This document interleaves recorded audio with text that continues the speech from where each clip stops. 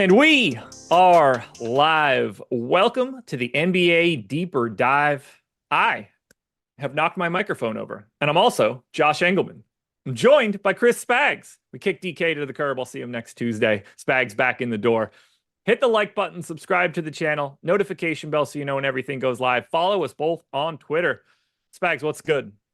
Excited to be here. It's a good hump day. It's a fun slate. I have some projection things that you were in the early part of the year, and I feel like it's one of those things where if you don't make your own projections, you don't really know. But sometimes things just don't make sense. You're trying to figure it out. And I have a few of those, Josh, I want to run by you today that I'm sure you're going to dial down. But one player for the Raptors in particular, I'm 13 points higher than Stokastic. And I know I'm wrong, but I'm curious. Yeah, I don't even have to, you don't have to tell me the name, who it is, any of it. It's just wrong. Even what about if Davon Mitchell, let's say hypothetically Davon Mitchell, he's played about 70 possessions without Scotty Barnes, without Emmanuel Quickly. What if he becomes an entirely different player in those 70 possessions and looks a lot like the guy who filled in for De'Aaron Fox, a lot like the guy who has played in college, used to gun in college? What if? What did you play him for? 48 minutes and a 40% usage rate? No, they've got Stokastic's minutes for today for Davon Mitchell. Not to cut in here, but this was like a legit thing where it's gonna decide I'm gonna play things. 30.6 minutes from Stokastic. His rate data when he's played without Barnes and without Quickly, again, very small, 70 possessions. He's had a 28.9% usage rate and a 40% assist rate. So completely different player. Completely. And your thought process was, I'm not going to regress these at all. Yeah, no, I'm just gonna let it ride and see what he does. We'll get to that in a bit.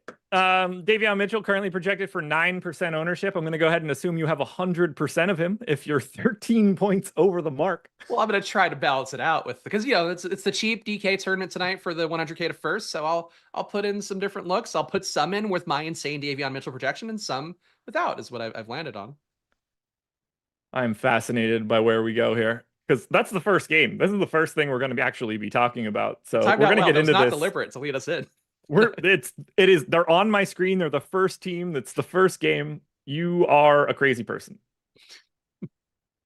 My lineups will be set, and I'll know that from that point I can just swap demise away to tournament winners. 34 minutes. All right.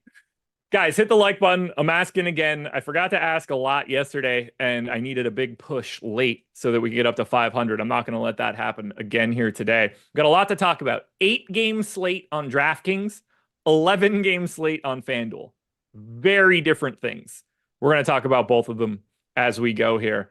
First one up, the Toronto Raptors, 6.5-point underdogs in Charlotte, 225 total. Stop me if you've heard this already, but Davon Mitchell's in this game. Scotty Barnes out, orbital fracture. He's going to be missing for a bit. Bruce Brown's still out. Kelly Olynyk is out. Quickly's essentially still out. They've got other idiots that are with their G League team or not playing. This is really unappealing, but RJ Barrett, 44% owned on DraftKings. Jake Poeltl, 50% owned on DraftKings. Chris Boucher is getting some love. Jonathan Mogbo is getting some love. Your boy Davon Mitchell is 20% owned on FanDuel, where he's 4,600. All right, let's start with Davon Mitchell. So you have him projected for like 35? So I have him for 35.7 fantasy points off the 30.6 minute projection from Stokastic right now. How much convincing do you want to make that change? I know what I'm going to do is I'm going to play, I think, like half my lineups, assuming that he's going to do that. And he'll still come in. Like I did run the Sims. He wasn't coming in every single lineup. So, which may be a surprise, but he's 5K. So that's probably why. I think he's worth the shot because like even the overtime last game, like he was out there for all the minutes, had some open looks from 3. Like they're using him like a real guy where I feel like every team he's been on lately, including frankly, when the Raptors have Barnes and Quickly, he's not playing that way. Like the rates for the season don't support it. But when those guys are off, you run the NBA WoW, you see what happens when those guys are off the court. And he looks like the player who I kind of thought he could be with how he played in college and how he played without De'Aaron Fox as a King. So I'm willing to take the shot here, but I know I'm on an island here. I guess an island of 9% of ownership, it looks like. Yes, you are on an island. I don't mind like giving him a bit of a usage bump. The highest that I could go is like 21. Maybe, Which feels fair. maybe. Okay, He's at so 16.3 normally on the season. So, that's probably more fair um, than going to 30. well, this should be pretty easy. The next question is the easiest question for me to ask you. Did you bet this? No, I did look at the prop lines, but I didn't bet it. I've been so busy trying to figure out the moving parts of all the data. It's my NFL data update too, so I had to do all that. So no, I did not bet it. I'm just going to play it in DFS. I was going to say, I think the overs are going to look pretty good for you. I mean, yeah, the overs again with this rate, with the rates being what they are, it would be 18 points, 9.5 assists. So, yeah, great game for Davon Mitchell. I don't even know what to say. This is so unprecedented for this show. Well, because like basically what it also does is it knocks Barrett and Poeltl down enough too that those guys don't get in everywhere. They're still getting in enough. Like, but the without my stupid projection sim that I ran with Stokastic, I'm getting Poeltl 71% of those lineups, top 150. I'm getting Barrett almost 60% of those lineups. So if I can get a different player there who seemingly does well without other players on the court and get less of Barrett and Poeltl and be closer to width the field, I think I'd rather do that because I don't know. I don't want to die on the vine of Barrett and Poeltl either. I am not going to advocate for the lunacy coming out of Chris Spags' mouth right now. I will say I don't hate the idea of going to Davon Mitchell. Point guard, shooting guard eligible, 5K. These guys are running out of bodies, and they don't exactly have a ton of guard bodies any longer. They've got a bunch of big dudes, not as many small dudes. So I can see it. I think he's more likely to get to where you want him to be with like a mild usage bump and significantly more minutes than we were expecting, not just him becoming a heliocentric point guard for the Toronto Raptors. Becoming Damian Lillard is just this is the moment he's been waiting for. Wait, hold on. Did you accidentally grab the rates for Donovan Mitchell, a person that would have those types of rates? No, maybe that's the confusion. Are you rates. getting the wrong Mitchell in your mind? No, so like, okay, Mitchell's played this year. I think, well, it would be technically the last 2 years what I pulled, but he did play for the Raptors. I don't think much. He didn't play for the Raptors last year at all. 29 minutes, 64 possessions, 28.9 usage, 2.4% rebound rate, 40% assist rate, 1.18 fantasy points per minute is what he's played. Again, 30 minutes. It's not, I get it. I know sample sizes. I understand. I've been doing this long enough. It's still pretty crazy though, right? Like still something. It's something for sure. I think you need to meet in the middle because you can very easily over project him rate wise with a pretty sizable usage bump and stuff and be like 6 points ahead, which I still very clearly think is incorrect, but it's way more correct than where we stand currently. I think that's fair. I mean, look, when I do run my final sim, I do average out my projections with Stokastic. So I do try to balance unless I feel like I really I need to get it where I need to go. So that's going to naturally get me there. But look, I just have to say, I was shocked to see it. And that's when I see something interesting, I've got to talk about it. My recommendation would be to wait that 99-1 to Stokastic. All right. I mean, they'll get the projection up enough for him to make lineups at least, which is positive. Oh, brother. Okay. Well, let's talk about the rest of Toronto. RJ Barrett, Jakob Poeltl, massive chalk today. And for all intents and purposes, I agree with it. They do look like some of the best plays. It does feel a hair high, but they look like priorities on the DraftKings slate without that New Orleans game. Yeah. I mean, I think that these guys look like two of the best players in the slate relative to the projection. Obviously, there is a world here where Toronto can go south against Charlotte, who's playing pretty well, and LaMelo in particular, who obviously you don't expect him to shoot as well as he did the other night, but he's been shooting really well with that ugly jump shot of his. True shooting on the year, he's at 66%, so he's been looking good, the kind of guy who could get ahead of a Raptors team that doesn't have a lot of bodies left. But if you expect Toronto to be bare minimum competitive, it does go through Barrett. Barrett in court time, a bigger sample size than Davon Mitchell, some could say for RJ Barrett. He's at a 31.7% usage rate, 27% assist rate, 1.2 fantasy points per minute or so in court time without Quickly, without Barnes as well. So it's just the Barnes not being there vacates so many possessions quickly too. Those guys gobble up so many with usage and assist rate that these guys are a professional team. They step in. Barrett and Poeltl, the two most likely beneficiaries. Grady Dick, though, I'll tell you what, that guy got nothing going here despite having really not a lot of guys left. No dick for you today? No, unfortunately, I'm dickless today. It's incredible that you were able to create a baby. Yeah, you just go through the wires. We'll see. Yeah. Look, it's amazing what you can do if you put your mind to it. I'm pasting my lineups into DraftKings right now. Only playing DK tonight, not FanDuel. Didn't want to, even though it's advantageous to me to late swap late, I will take every chance that I can to not have to be up till 10 o'clock. I am well under the field on RJ Barrett at this moment, neutral to Jakob Poeltl. I don't have a single share of Davon Mitchell at this moment, so I anxiously await getting tagged in a Davon Mitchell outlier performance. That's coming for sure. To me, it's Jakob Poeltl is the easiest guy to want to get to. I like the matchup for him against Charlotte. I certainly like a matchup against Nick Richards. I'm not surprised at all to be a little light on RJ Barrett. Still a little nervous with him getting back too. Could just play a shit ton of minutes and maybe it doesn't look that good. But the fact that they're 6.5-point dogs in this one is also pretty appealing to me. I really think it's just going to be Jakob Poeltl and very little else. I don't have a ton of interest in Mogbo or Boucher. They just have too many different dudes that can be the dude. And I can't just pick one at that point. Like Jamal Shed, Akbaji, Battle, Bruno Fernando as a backup center. Like I don't trust any of it. Yeah, I got more of these guys sim-wise than I think I'd be comfortable with. But again, this is a slate where I'm going to get uncomfortable, so it's fine. I got more Boucher, got 24% Boucher, or I guess a little bit less than that. Got Mogbo at 33%, who does have the dual position eligibility. Been producing about 1.2 fantasy points per minute on the year, too. So Mogbo's actually been a fairly credible fantasy player so far, projected to get just shy of 18 minutes today from Stokastic. So I think Toronto's in play. It's just, like these guys really have to have the game of games, I think, even to stay in this one. But as Josh mentioned, the total being not that big, Toronto hung in there with Denver. So I don't know. They can hang in there with more guys. So, granted, they did have Barnes for that. I think the problem in that equation is Denver. Yeah. Well, yeah. Denver's not playing. I'm aggressive. I'm aggressively down on Denver, and they are proving me right every single time they step on the floor.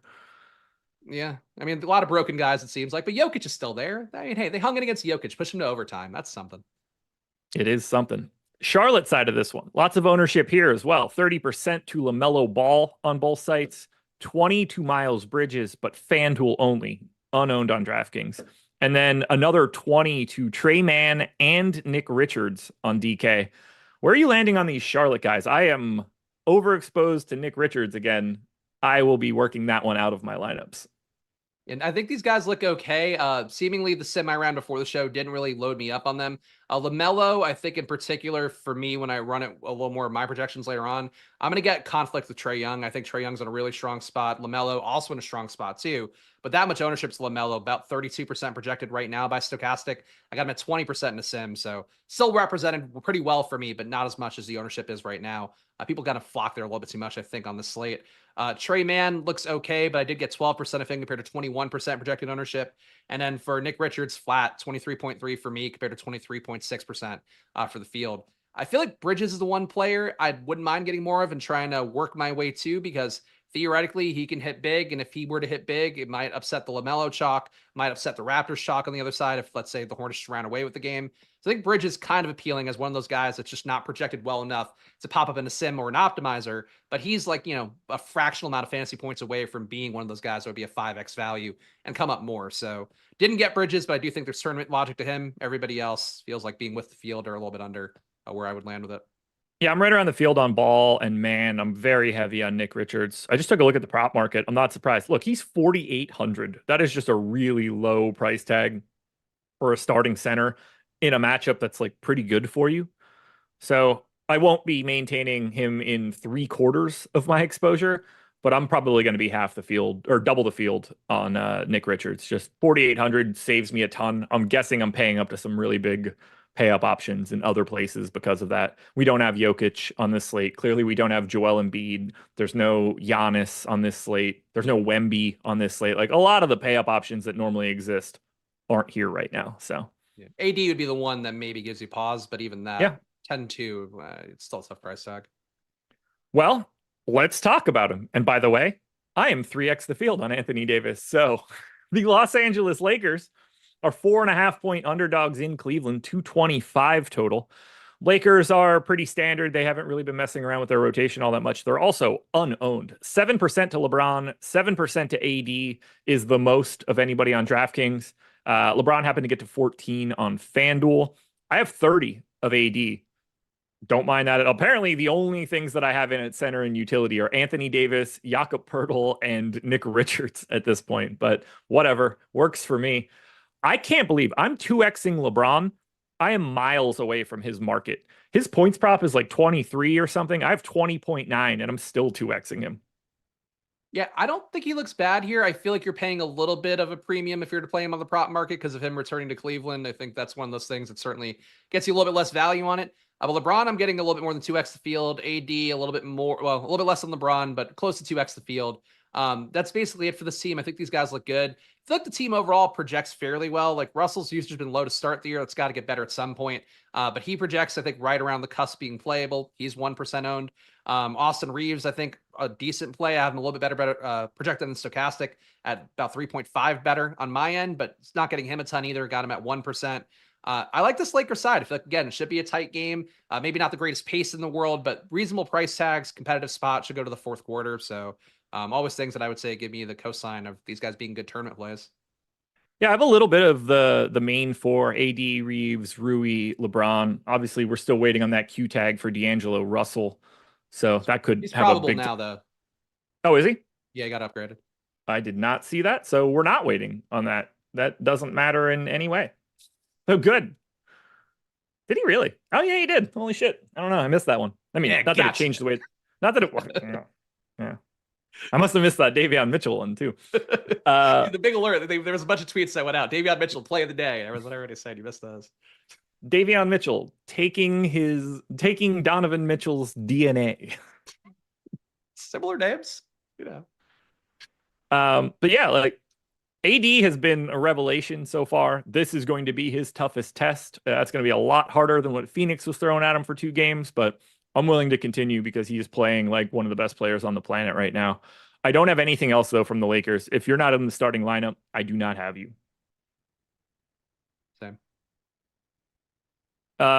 Cleveland. This team is basically unowned across both sites. 4% to Darius Garland, 8% to Jared Allen on FanDuel. I got a little bit of Garland, a little bit of Mitchell, and nothing else. Clearly, never mind getting any of the real 4 dudes for Cleveland, but they don't look like they're in a great spot. Yeah, didn't really get any of these guys either. Got 1 share of Mitchell, it looks like, in 150. Mobley, I'm surprised I didn't get a little bit of, but I don't think the price tag works that well with what the slate looks like overall. So even though there's dual position eligibility for Mobley, the usage has been up from a little bit. Production so far in the year, 1.26 fantasy points per minute. Technically the most productive player on the court. I guess dead even with Jared Allen to start the year. So don't mind the concept of Mobley, but on this slate, hard to get there. I think everybody's justifiably under 3% owned here. We just created some value. I don't think my center exposure is going to look the same. Myles Turner out. Oh, Isaiah Jackson season.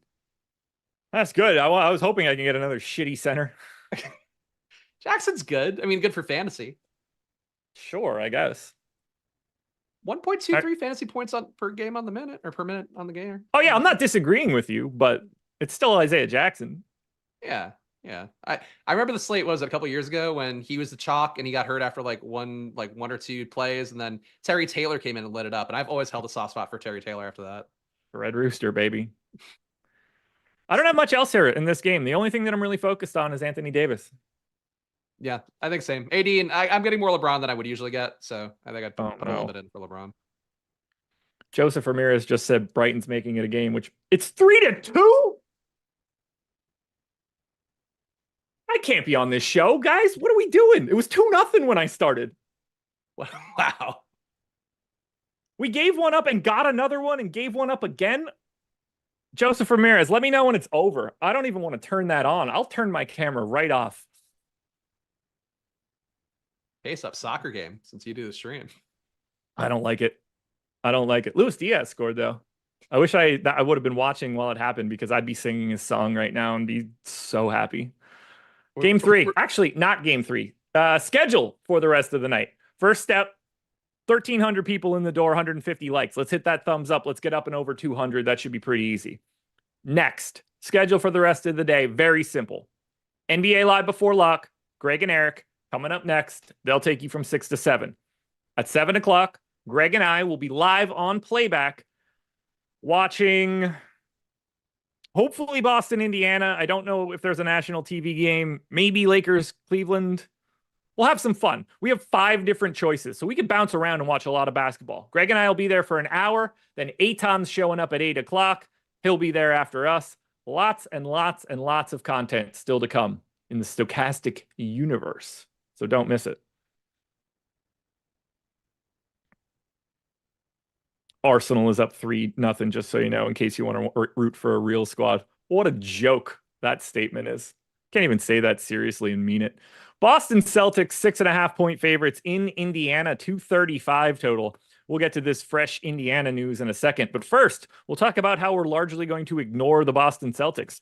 8% ownership to Jason Tatum across both sites. Basically no ownership coming into any of these guys. I would roster anyone from Boston, but I'm basically only rostering Tatum.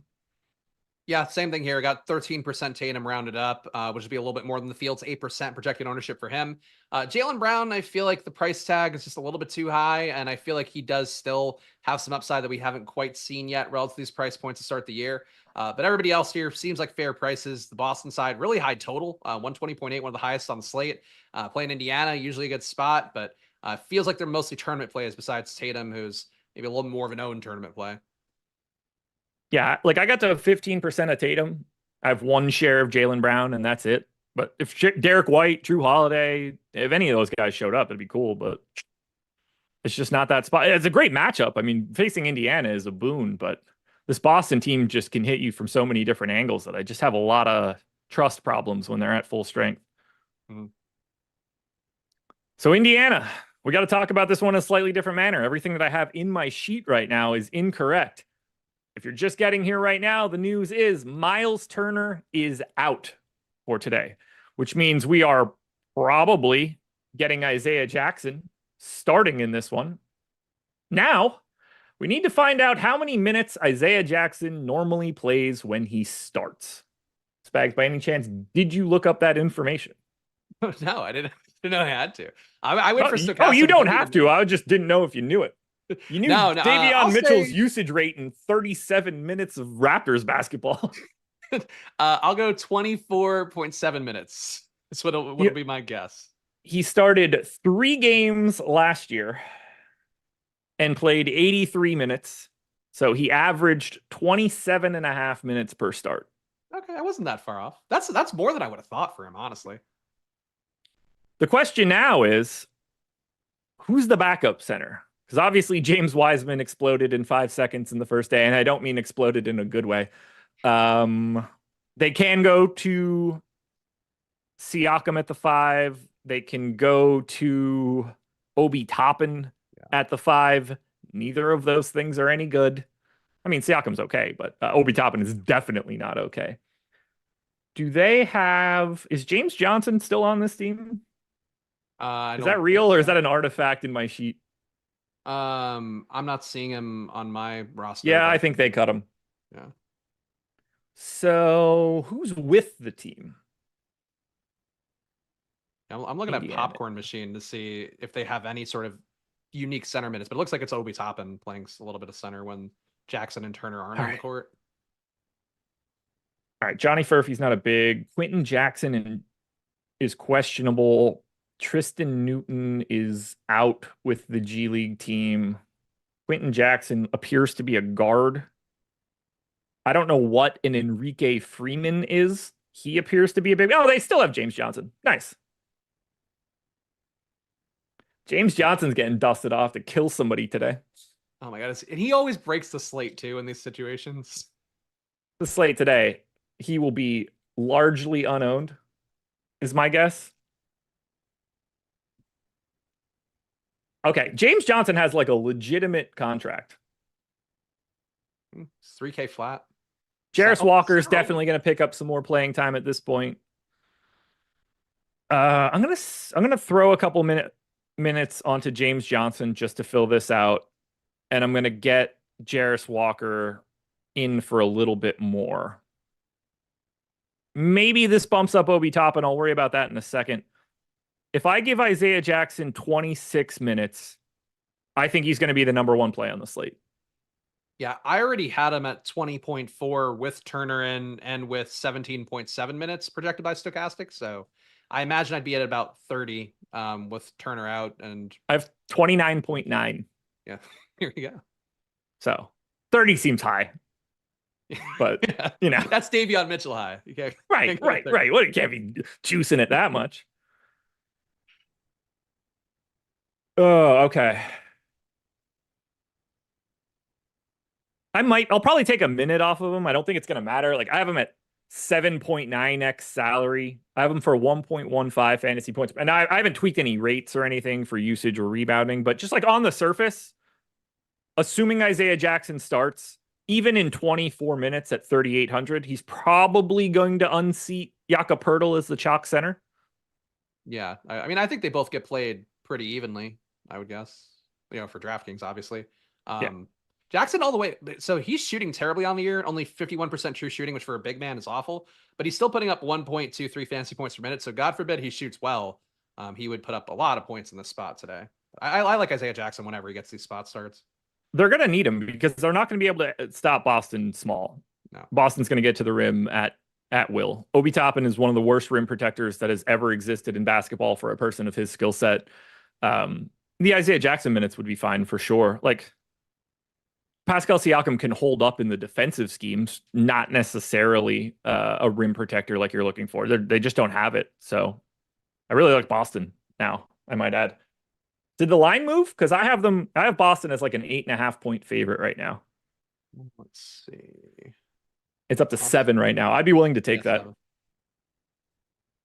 All right. So they were an 8.5 point favorite and they went down to 7 because Turner's out? I saw the line was 6.5 before this. Oh, okay. They said it was 8.5. Okay. No, I have the line at 8.5. Oh, okay. Got it. Okay. I'm following now. All right. So for Indiana, prior to the Turner news, no one was getting ownership. 8% to Nembhard, 9% to Siakam on FanDuel. Isaiah Jackson's ownership is going to be like 40 plus at least. I really like Andrew Nembhard today on DraftKings. Do you like anything from the Pacers, ignoring Jackson? I was getting Nembhard about 11% in the sim I ran before this, so I think he would have come up more. I imagine this is going to change the equation a little bit. For me, the biggest issue is that you have a guy at 5K for so many more points than Andrew Nembhard and Davon Mitchell. So I think Davon Mitchell's probably going to throw off my Nembhard exposure a little bit. But in terms of the value, I have to see how the sim is going to reply to the value opening up here. DeAndre Hunter also out, so there's going to be some more value on Atlanta opening up. That could make Nembhard less of a play, but as we went into the show, I think Nembhard would have been a pretty decent play that comes up a fair amount in the sim. Yeah, 4,400 point guard, shooting guard eligible. He's just too cheap for what he does here. So I like him as a value option. I'll probably end up coming down just because value is opening up with Hunter out, with Turner out. I have no other interest in Indiana. I think they're in for a world of hurt tonight. Yeah. Jackson, though, great play, man. Great play. Absolutely. Isaiah Jackson, that's the takeaway from this far and away. It's the biggest takeaway of the slate at this moment. All right. Pistons and Sixers. Pistons are 4-point dogs in Philly, 219 total. That's the second lowest total on today's slate. 13% ownership to Tobias Harris on DK. Only guy in double digits on DraftKings. 26 for him on FanDuel, along with 17 to Tim Hardaway Jr. So if you're playing DFS in 2016, you're probably feeling pretty good with those exposures. I have a little bit of a couple of these guys from Detroit. Cade, Tobias Harris, Jaden Ivey, Tim Hardaway, and Duren are all in at least one lineup for me. But I'm neutral to Tobias Harris, and I don't have anybody in double digits. I got Cade a lot more. I got 21% Cade, which I'm not entirely sure why. I feel like maybe that's because of the LaMelo ownership. The sim I ran before the show. Cade projects pretty well, playing well in the year. 34% usage, 40% assist rate so far, 1.25 fantasy points per minute. So like what we're getting out of Cade in terms of the expected uptick in production there. Again, a game 2, not a big total, only a 4-point spread favoring Philadelphia at home. And Philadelphia, as we know, no Embiid, no Paul George there, so should be a competitive game. I don't see them walking away with this one. So Cade, I think the play I like here. Jaden Ivey, I got 9% of, so that one I don't think would happen anymore with Isaiah Jackson being in. And also, I did update my Isaiah Jackson minutes because Stokastic push projections 33.3 for Isaiah Jackson for me. Nice. Yeah. Hey, I'll take the actual detailed process once you and I finish this show, but happy with my back of the envelope math. Yeah, there's just not much for Detroit. I mean, this low total is part of the reason. We got a lot of games in the 230s. It's going to be a lot harder for a game in the 219 range to make up for that. Philly, 30% ownership coming into Caleb Martin, 20 on FanDuel, 20 to Drummond on DraftKings, 10 on FanDuel. And then we have 20 more to Kelly Oubre on FanDuel, another 10 to Maxey. I'm well under the field on Martin and Drummond's ownership. I have 8% of both. I don't have much of Maxey, although I wouldn't mind getting him in this spot. I'm not excited about Philly, especially with ownership. Yeah, Maxey, I was getting some of the top ROI lineups in the sim before, so I don't want to poo-poo Maxey. I think he's sort of the low-owned pivot to Trae Young, to LaMelo Ball. I mean, Trae's going to be decently low-owned, but LaMelo Ball especially, I think Cade Cunningham, that's like the four-man group at point guard, seem to have the biggest upside that are coming in a good amount for me at the sims. Getting a lot of Drummond with Stokastic's projections, which kind of surprises me. Getting 47% in the sim for him. He's now down to 10% ownership. Expect that to shift now with Isaiah Jackson being where he is, because the projections are going to be pretty close with those two guys. But Drummond was getting him a lot, and I was kind of iffy on the play relative to my data, so I'm okay not getting much of him. Got a lot of Cody Martin, though. Got a 33% of him in the sim before the show, so I think he makes lineups work pretty well with the dual position eligibility. $5,100 salary. Again, I think some of the stuff is going to be impacted by the value opening up, but Cody Martin playing good minutes, doing enough here. He seems to soak up all the shots that don't go to Oubre and Maxey, so I guess it's a positive for him. This seems to be another last name is similar to a good player situation. The guy we're looking for here is Caleb Martin. Oh, Caleb. Sorry. That's sorry. I mixed up my twins. I am talking about Caleb, but in my heart, I'm thinking about Cody. Caleb Martin's got a 25% usage rate when Joel Embiid and Paul George are off the floor in 3 possessions. I think it was upwards of 60 so for Davion. Yeah, I'm light on both of them. I wouldn't mind getting to a little bit more Martin, but if there's going to be a 30% owned guy as an 0.8 of a fantasy point per minute rate, and he's not really getting ownership for a reason that happened from like Philly having somebody out today, I generally feel like those situations are spots where I can find a different 0.8 of a fantasy point guy at a similar price range and find a discount. And luckily for me, that's what's happening in my ownership. So very light on Philly, relatively light on Detroit. Not that appealing of a game for me. A ton of minutes though for the Philly guys, like 35 projected by Stokastic for Oubre and 40 projected for Maxey, which is crazy. I mean, I think he's averaging even more than that so far this season, but OT, I think. Oh yeah, that's true. Yeah, 42.7 on the year. Well, we got another game that we need to make some mild edits to. The Atlanta Hawks are 5-point favorites in Washington, 233 total. And as we were talking in the last game, DeAndre Hunter was officially ruled out. I'm not confident that the Hawks have basketball players left any longer. They are going to be playing some real creative player type dudes today, now that we're taking Hunter back out. Prior to the Hunter news, what were you looking at for Atlanta? So I'm getting a ton of Trae. Trae is one of the guys as well. I have the biggest projection discrepancy. I had him about 6 points higher than Stokastic. Now, and I've not imported Stokastic projections yet, I have Trae substantially higher with Hunter. Hunter just got put in the minutes projection from Stokastic as well. So Trae was coming up a lot for me. I think he's a play that I'm going to force my way to a good amount. Wasn't getting as much Jalen Johnson, got 10% of him compared to the Fields, being about double that. Jalen Johnson, I think, is a good play, but Trae just shot so much last game, but they didn't go in. I feel like this game, it does run a little bit better for him. But really, I think it mostly comes down to Trae for me. I feel like I'll get, well, maybe a little more Garrison Matthews now, but even that, he doesn't look that good. David Roddy, I wouldn't mind now with Hunter being out, but I'm not sure if I'm going to get him in a sim, but I think those guys would stand out the most based on the new minutes projections. And Reza Shea is there, but he sucks so bad, man. I played him the other night. He's just a bummer to watch. Can't even, he had a corner 3 shot, I think, to tie the game at the end, and just side of the backboard. Like, dude, this is your number 1 overall pick. It's just, it's off. I really hated that pick. Hate him. Well, that's what you get for trusting French people. Wemby worked out. Maybe. And that's that's my French impression. That's good. It's right out of Ratatouille. Wait, what? It was right out of Ratatouille. To see, I've never seen it. An authentic French film. Never seen it. That's a great film. Oh my God, I don't know who I'm giving these minutes to. None of these names are healthy. Let me read that off for everybody, because I think it's probably important. The Hawks are going to be without Dominic Barlow, Bogdan Bogdanovic, Cody Buffkin, Dyson Daniels, DeAndre Hunter, Vit Krejci, Seth Lundy, and Cody Zeller. Whew. Not good. Not good. Big trade day. So speaking of, prior to the news, I had 35% of Trae Young. He was projected for 11% ownership. All over getting to Trae. Don't see that change. I mean, he's only going to look better, if anything, here. So I will be getting to Trae Young in abundance. You've heard me paying down in so many other spots. It shouldn't be surprising to hear the big pay-ups are coming. Neutral to the field on Jalen Johnson. He's around 20% owned. And then I already had 20% of Risashe at 8%. He's not going to look any worse after this Hunter news. That much I can tell you. The worst player to watch playing for you. Not that I know you don't do that quite as much where you like sweat the players, but man, I was like, I can't believe I played so much. This guy just watching him do nothing, just running wind sprints. Oh, I hated it. I think David Roddy is going to be pretty heavily owned.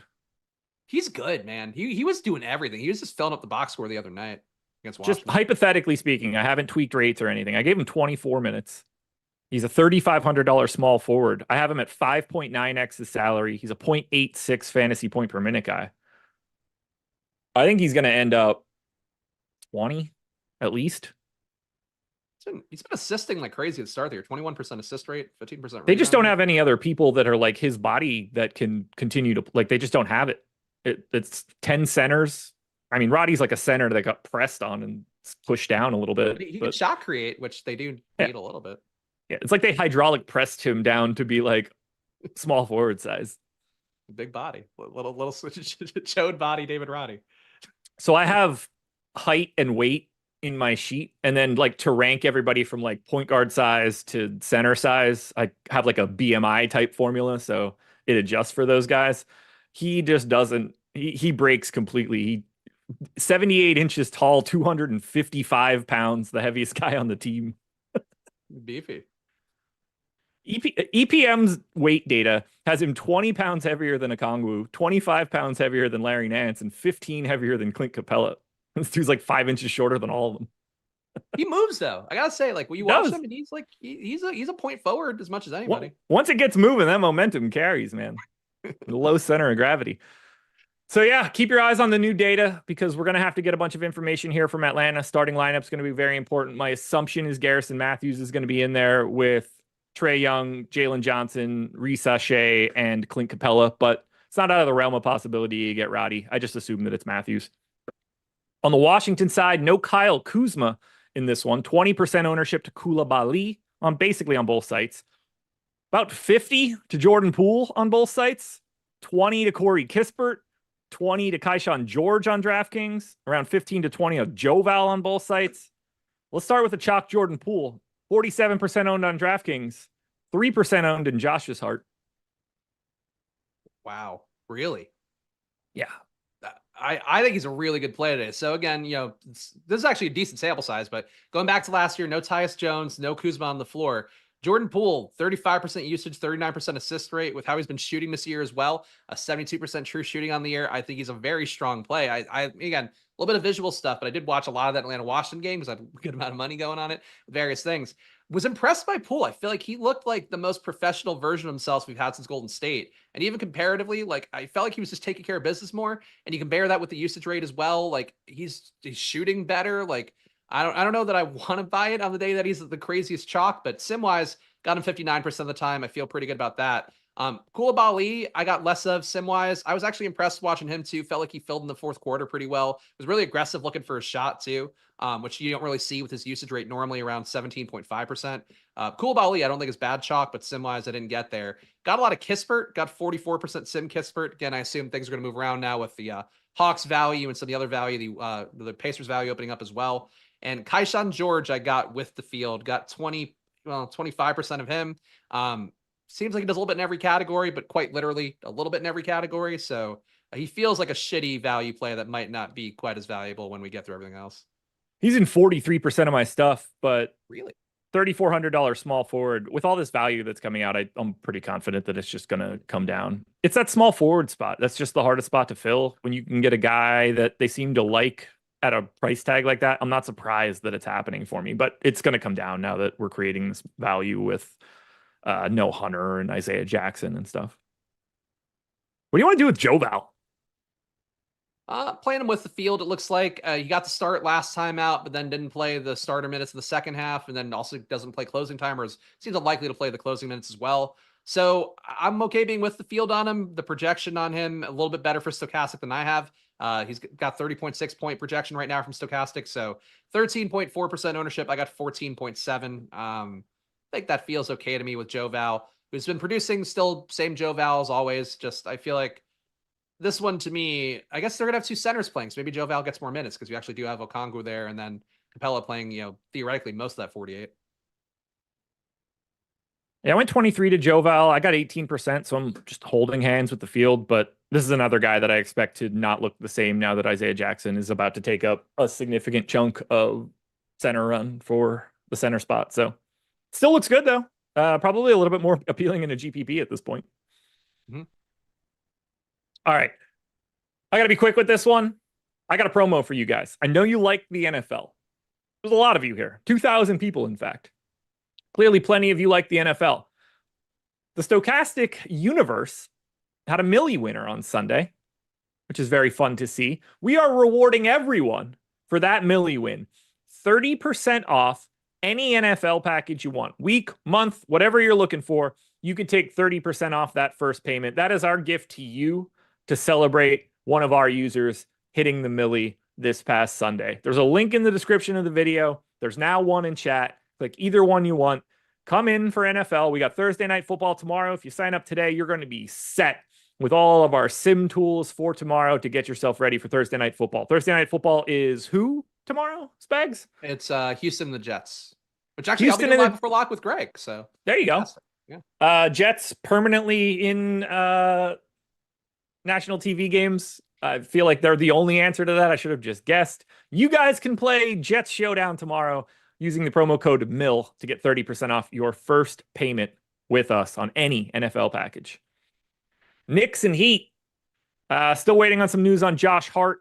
This entire Knicks team is unowned at this moment. 8% the most on DK and FanDuel. I got one guy from the Knicks with any sort of real ownership. I have 28% of Josh Hart, which doesn't feel great knowing he might not play, but I'm just going to assume he plays, and I like him. I don't really like anything else, though. Terrible game. 215 total, lowest on the slate. Yeah, I got Josh Hart too, 15%. Everybody else, I guess I got Brunson 6, but everybody else safely under 5. I think with Hart, if you leave $100 on the table, you could pivot. As long as you play Hart at small forward, you could directly pivot to Bridges. You could also directly pivot to Anunoby. Both guys should become slightly better plays if Hart's out. So I think that wouldn't be a reasonable way to go in if you're getting a lot of Josh Hart in the Sims, which I presume you still will. But Hart looks like the best play here. I don't think Bridges is that far off. I don't think Anunoby is that far off. Towns has been getting just not a lot of usage. He's down under 20% so far to start the year. The only guy who hasn't suffered usage-wise in this kind of more crowded room for the Knicks is Brunson. Brunson's still keeping his rate at 34%. Wonder if that flattens out a little bit, but I feel like Towns just one of those plays where still projects well for me because I have the projections rolling back to last year, but I don't know that Towns is the same player right now with how he's being used in this offense. So I'm happy not getting him. Well, I made my stand. I am out on Karl Anthony Towns, out on the New York Knicks trade. Minnesota won the trade. I'm over it all. I don't want anything else from the Knicks. Happy to get to Josh Hart. Definitely don't want anything from Miami. I don't have Miami. I don't have a single share of anybody on DraftKings. The highest owned guy on either DraftKings or FanDuel for Miami is 4% to Tyler Hero. I am running away from this as fast as I can. Yeah, I got one share of Hero. Butler, I think same thing as it always is for him when he's priced around 8K, a little bit less than that. Is like he'll probably give you 45 in the competitive game against the Knicks, but what does that do for you? Sort of tournament upside. I'm not really sure unless the salary works perfectly. So I don't really see playing anything for Miami, even though yeah, it's there's something here tournament wise because nobody's owned, but it's just the projections don't work with them really.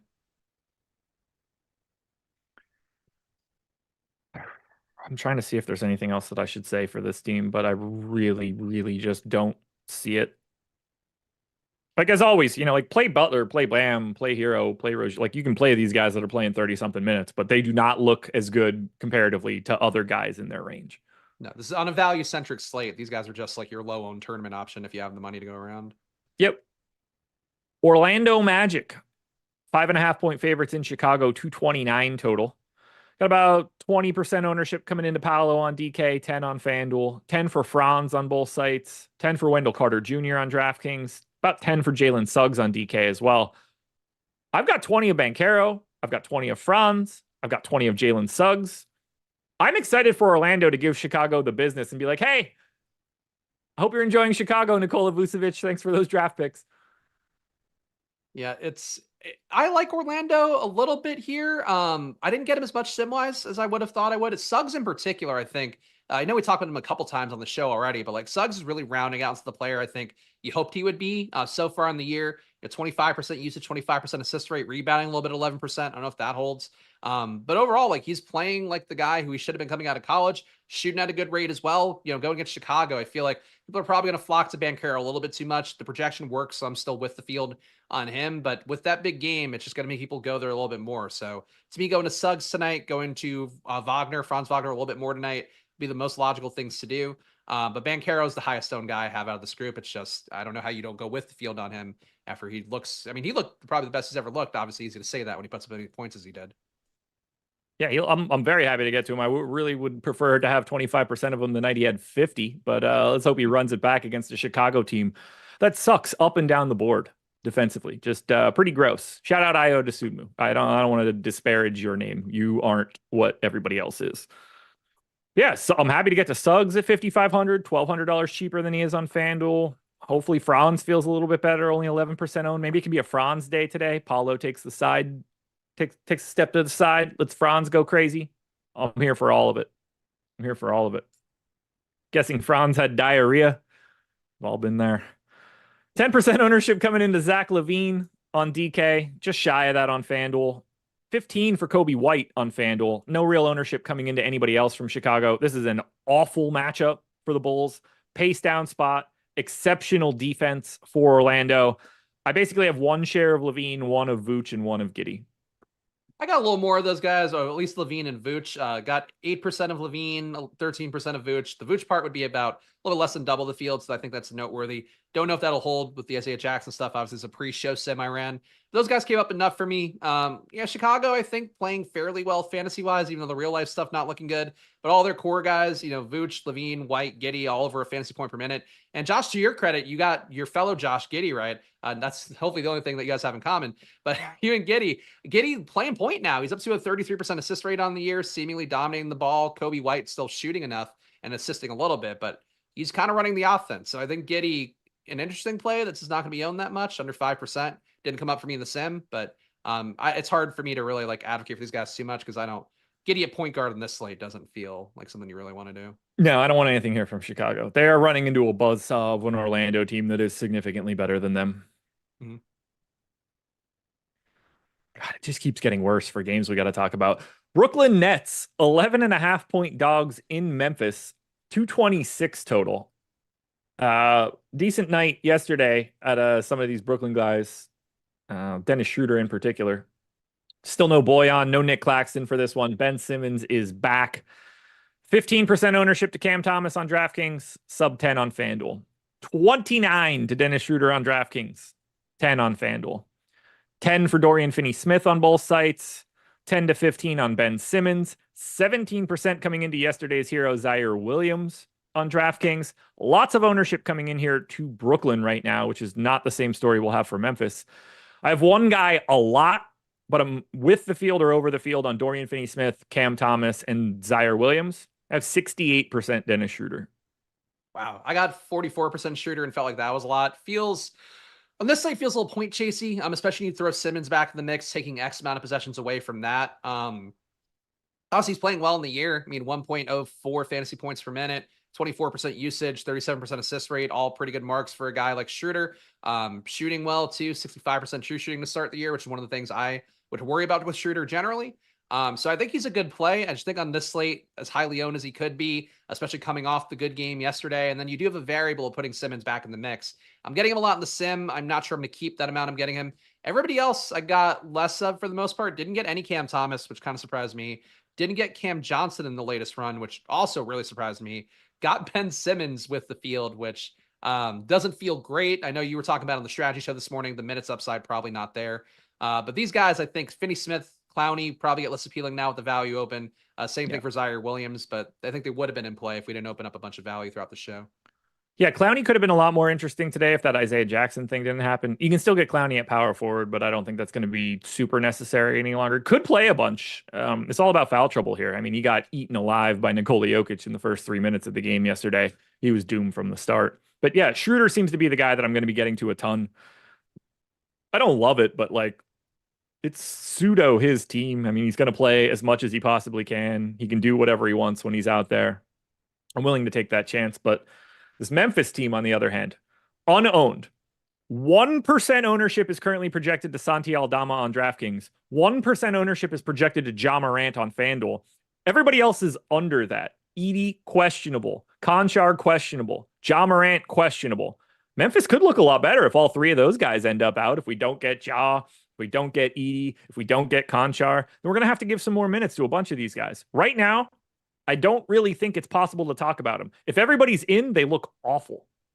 Yeah, and it's also too like Stokastic gave Ja Morant the abridged minutes projection just to kind of give some ability to get these guys in lineups, and even that, none of them project that well. Aldama being the closest to playable, but none of them are really going to come up. So Ja, one of the most important decisions on the slate too. Like it's him and Josh Hart. I think the big two questionables we have right now that could really affect things. And for Ja, again, as Josh said, if he's in, nothing playable. If Ja's out, I think a lot of guys become more playable. And Bane, I would say, would almost become a priority if you could somehow squeeze him in as one of the later games on the slate for DraftKings. I actually think it'll be Pippen before Bane. They don't Oh, seem to be wanting to play their guys enough. Like, I don't think Bane can take a big enough jump by just having usage. Like, don't get me wrong. He's way more in play at that point and like rosterable in compared to where we are now. But I don't think his minutes really change in this scenario. I think he's still really playing like 30.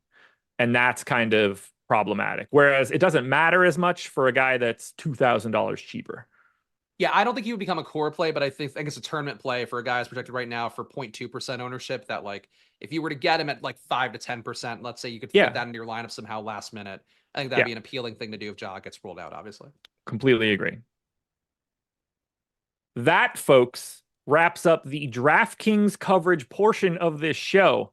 The next three games that we're talking about, obviously you could play like late slates and stuff, but the next three games that we're about to talk about are on the FanDuel main slate. And that's what we're going to get into right now. Before we do, to the 2,200 people that are in here right now, hit that like button. We're at 287. I see no reason we can't get that to 400. We want to give the guys on Live Before Lock a really nice incoming present. And remember, if you don't get to 400 likes by the time this show ends, unfortunately, this stream goes black.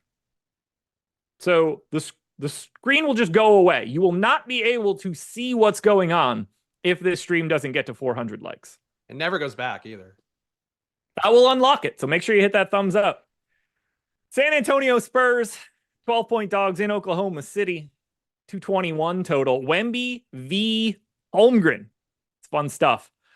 Problem for this one is that on FanDuel, no one is being rostered. 7% ownership to Wemby is the high mark for the Spurs.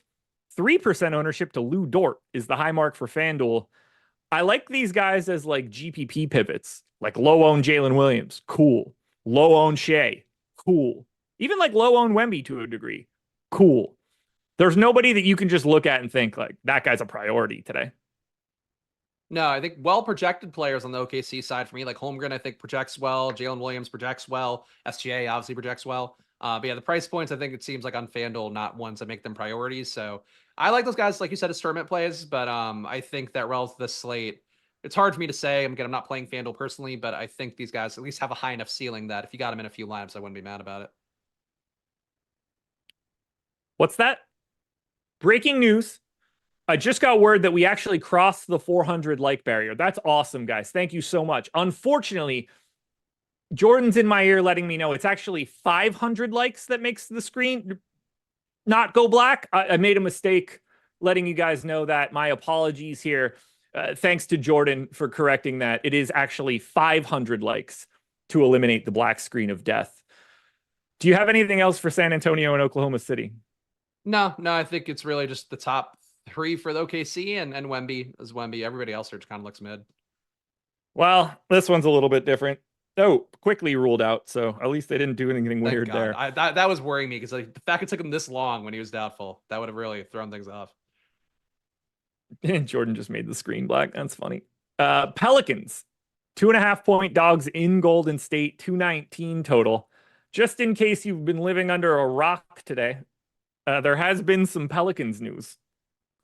The current injury report for the New Orleans Pelicans reads as follows. Jordan Hawkins, questionable. And let me tell you what, that is an incredibly important questionable tag. Herb Jones, out. Carlo Makovich, out. CJ McCollum, out. Trey Murphy, out. DeJounte Murray, out. Antonio Reeves, out. I have Brandon Boston, Jamal Cain playing in this one. This is gross. 18% ownership coming into Jordan Hawkins right now, and relatively low across the board for the rest of these guys. The guy I want the most for the Pelicans is very clear to me. It's Javonte Green. Yeah, he's coming up as a decent value. On the DraftKings late slate, a 4K salary, but reasonable projection stands to get more minutes if Hawkins were to go out. I feel like who would be the biggest beneficiary if Hawkins gets ruled out? It's probably Boston and Green. I mean, Alvarado can only play so much. Boston, yeah, but Boston and Jamal Cain are going to have to play more because everybody else is Misi's a big, Zion's pseudo a big, Tice is a big, Jeremiah Robinson Earl is a big. I think they have Trey Jameson as well. Obviously, the big. I mean, that dude is a Hank. So I think Brandon Boston and Jamal Cain would get into the 20s in minutes at that point. Yeah, so I think Boston I could see coming up to be a play if you gave him enough minutes, getting it. But again, that's Hawkins being out. But Javonte Green, I'm with you right now. Looks like a good play. If Hawkins were to get rolled out, he would look a lot better. Alvarado right now looks like a good play at a 30-minute projection. Also would look a lot better. And Zion and Ingram just look incrementally better as well. I feel like relative to their DK salary, at least, they're just a little bit too low of a projection relative to the salaries on DK. So both guys now projected out of the safe threshold. So for the late slate, they'll look good. And for FanDuel, I think they're just more playable generally. Meanwhile, the Warriors might look a little different than they did yesterday. Might not. Still without Steph. No Melton. Pajemski in. Andrew Wiggins is questionable for this one. It was a nonsense experience for the Warriors yesterday. Lindy Waters played 30 minutes off the bench. Jonathan Kuminga didn't start. Moses Moody did. Played 17 minutes. Scored 17 points. Weird. Just weird. If Andrew Wiggins is in, I don't think anything is all that interesting on Golden State. If he's out, we'll create a lot more value. I'd still want to go Pajemski. I think even if we did have everybody in here, I think he's playing well as a pseudo-ish point guard. I think he got some of that work. It's still theoretically going to be a good amount of Draymond starting the offense, but felt like he did enough there to say he's kind of the point guard now. Everybody else here, assuming Wiggins is in, don't really see being that viable of a play. Healed points wise can get there. The usage has been out, off the chain for him, but he bailed out everybody. 19 points in the fourth quarter was almost a luck box. Too much of a luck box, even for Healed. Yeah. Shooting the lights out, baby. I mean, I like him because he's certainly going to get his shots up. There aren't any other human beings out there. I don't know. I would not be surprised let's say Wiggins is out. It will not shock me in any way if Steve Kerr changes the starting lineup from yesterday. Yeah. But then wasn't there already reports saying that they might consider lineup changes? It might have come through. I'm sure there were. No, it was the Lakers saying that. Sorry. I'm confused. Never trust Steve Kerr. Oh, and he is the new Pop. Starting too. Who is? Jackson's officially starting. Oh, okay. Final game, 8.5-point dogs. That would be the Portland Trailblazers in Los Angeles, taking on the Clippers, 219 total. Portland's got 10% ownership coming into Simons and DeAndre Ayton. This is the same team that we're used to at this point for Portland. I think they are the two best guys. I actually think they might even be a hair under owned. I don't really want much else. I think Jeremy Grant looks fine in GPPs.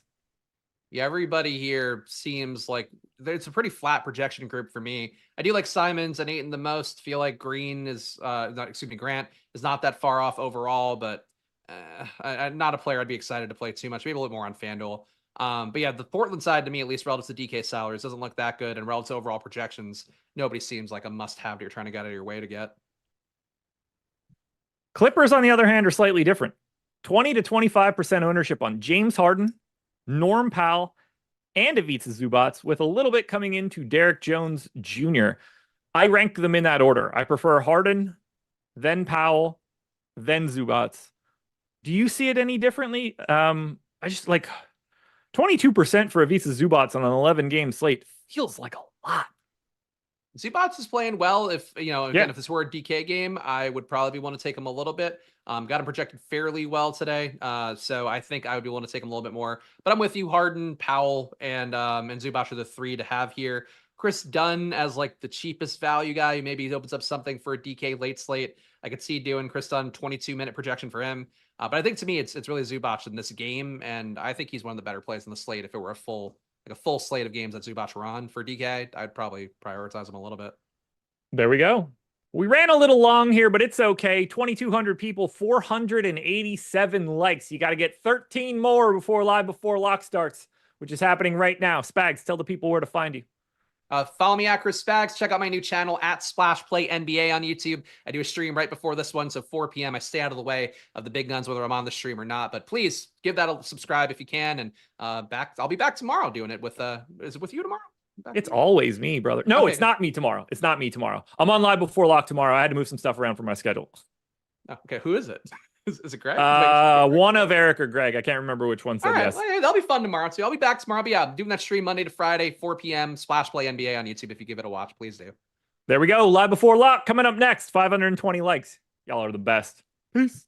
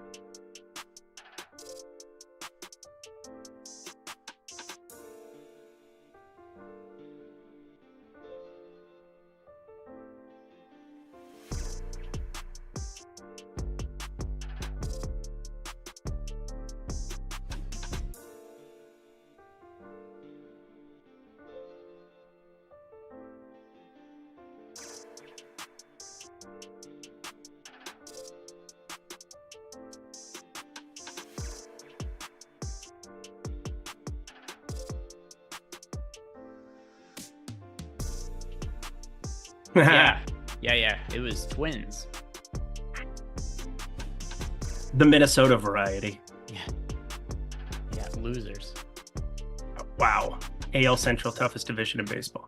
What is happening, everybody? Welcome to NBA Live Before Lock. I'm joined here with my dear friend Eric Lindquist, who I owe a thank you because I had all hell breaking loose this morning at my house, and Eric stepped in onto the NFL Strategy Show to pick up some of the slack for me because I woke up this morning, no water at my house at all. No, turn on the sinks, nothing happening. Try the faucet in the shower, nothing happening. What ended up being the case was there was a pipe that broke in my town and it took the water out in all the town. If you remember, this happened about a year and a half ago in my town as well. The last time it happened, we had no water for 3.5 days. So what I did is I went with my dad into town, took his pickup truck, and we bought all of the water that we were allowed to buy at the grocery store. So we bought 10 40 cases of water. We bought 10 of like the big 3-liter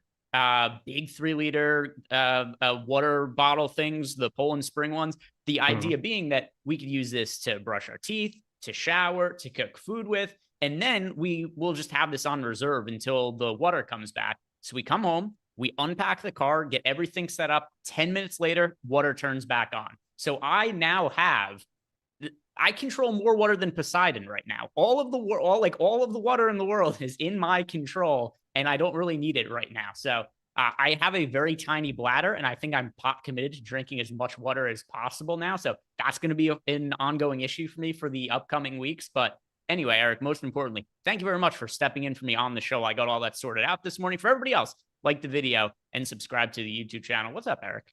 Yeah, not much. It was good to do a show with Lothy. I was up early with Duke like I normally am, got a workout in, and I was like, oh, okay, easy to fill in. Got to do, a little hour of content. It's kind of nice because it's like got to break down MLB last night on a show with Adam Kaufman, who used to be here once upon a time, one of my good friends, and then got to do NFL this morning and now doing NBA all afternoon and night. It's a pretty good gig. It kind of reminded me how good I've got it. So having a lot of fun, ready to rock. 8 games on DK. It's kind of a sprint slate at this point. So FanDuel, I'm probably going to add a couple of entry fees as we go along here because it hasn't filled up yet. But yeah, how are you kind of handling the 2 different sites today? Are you playing both?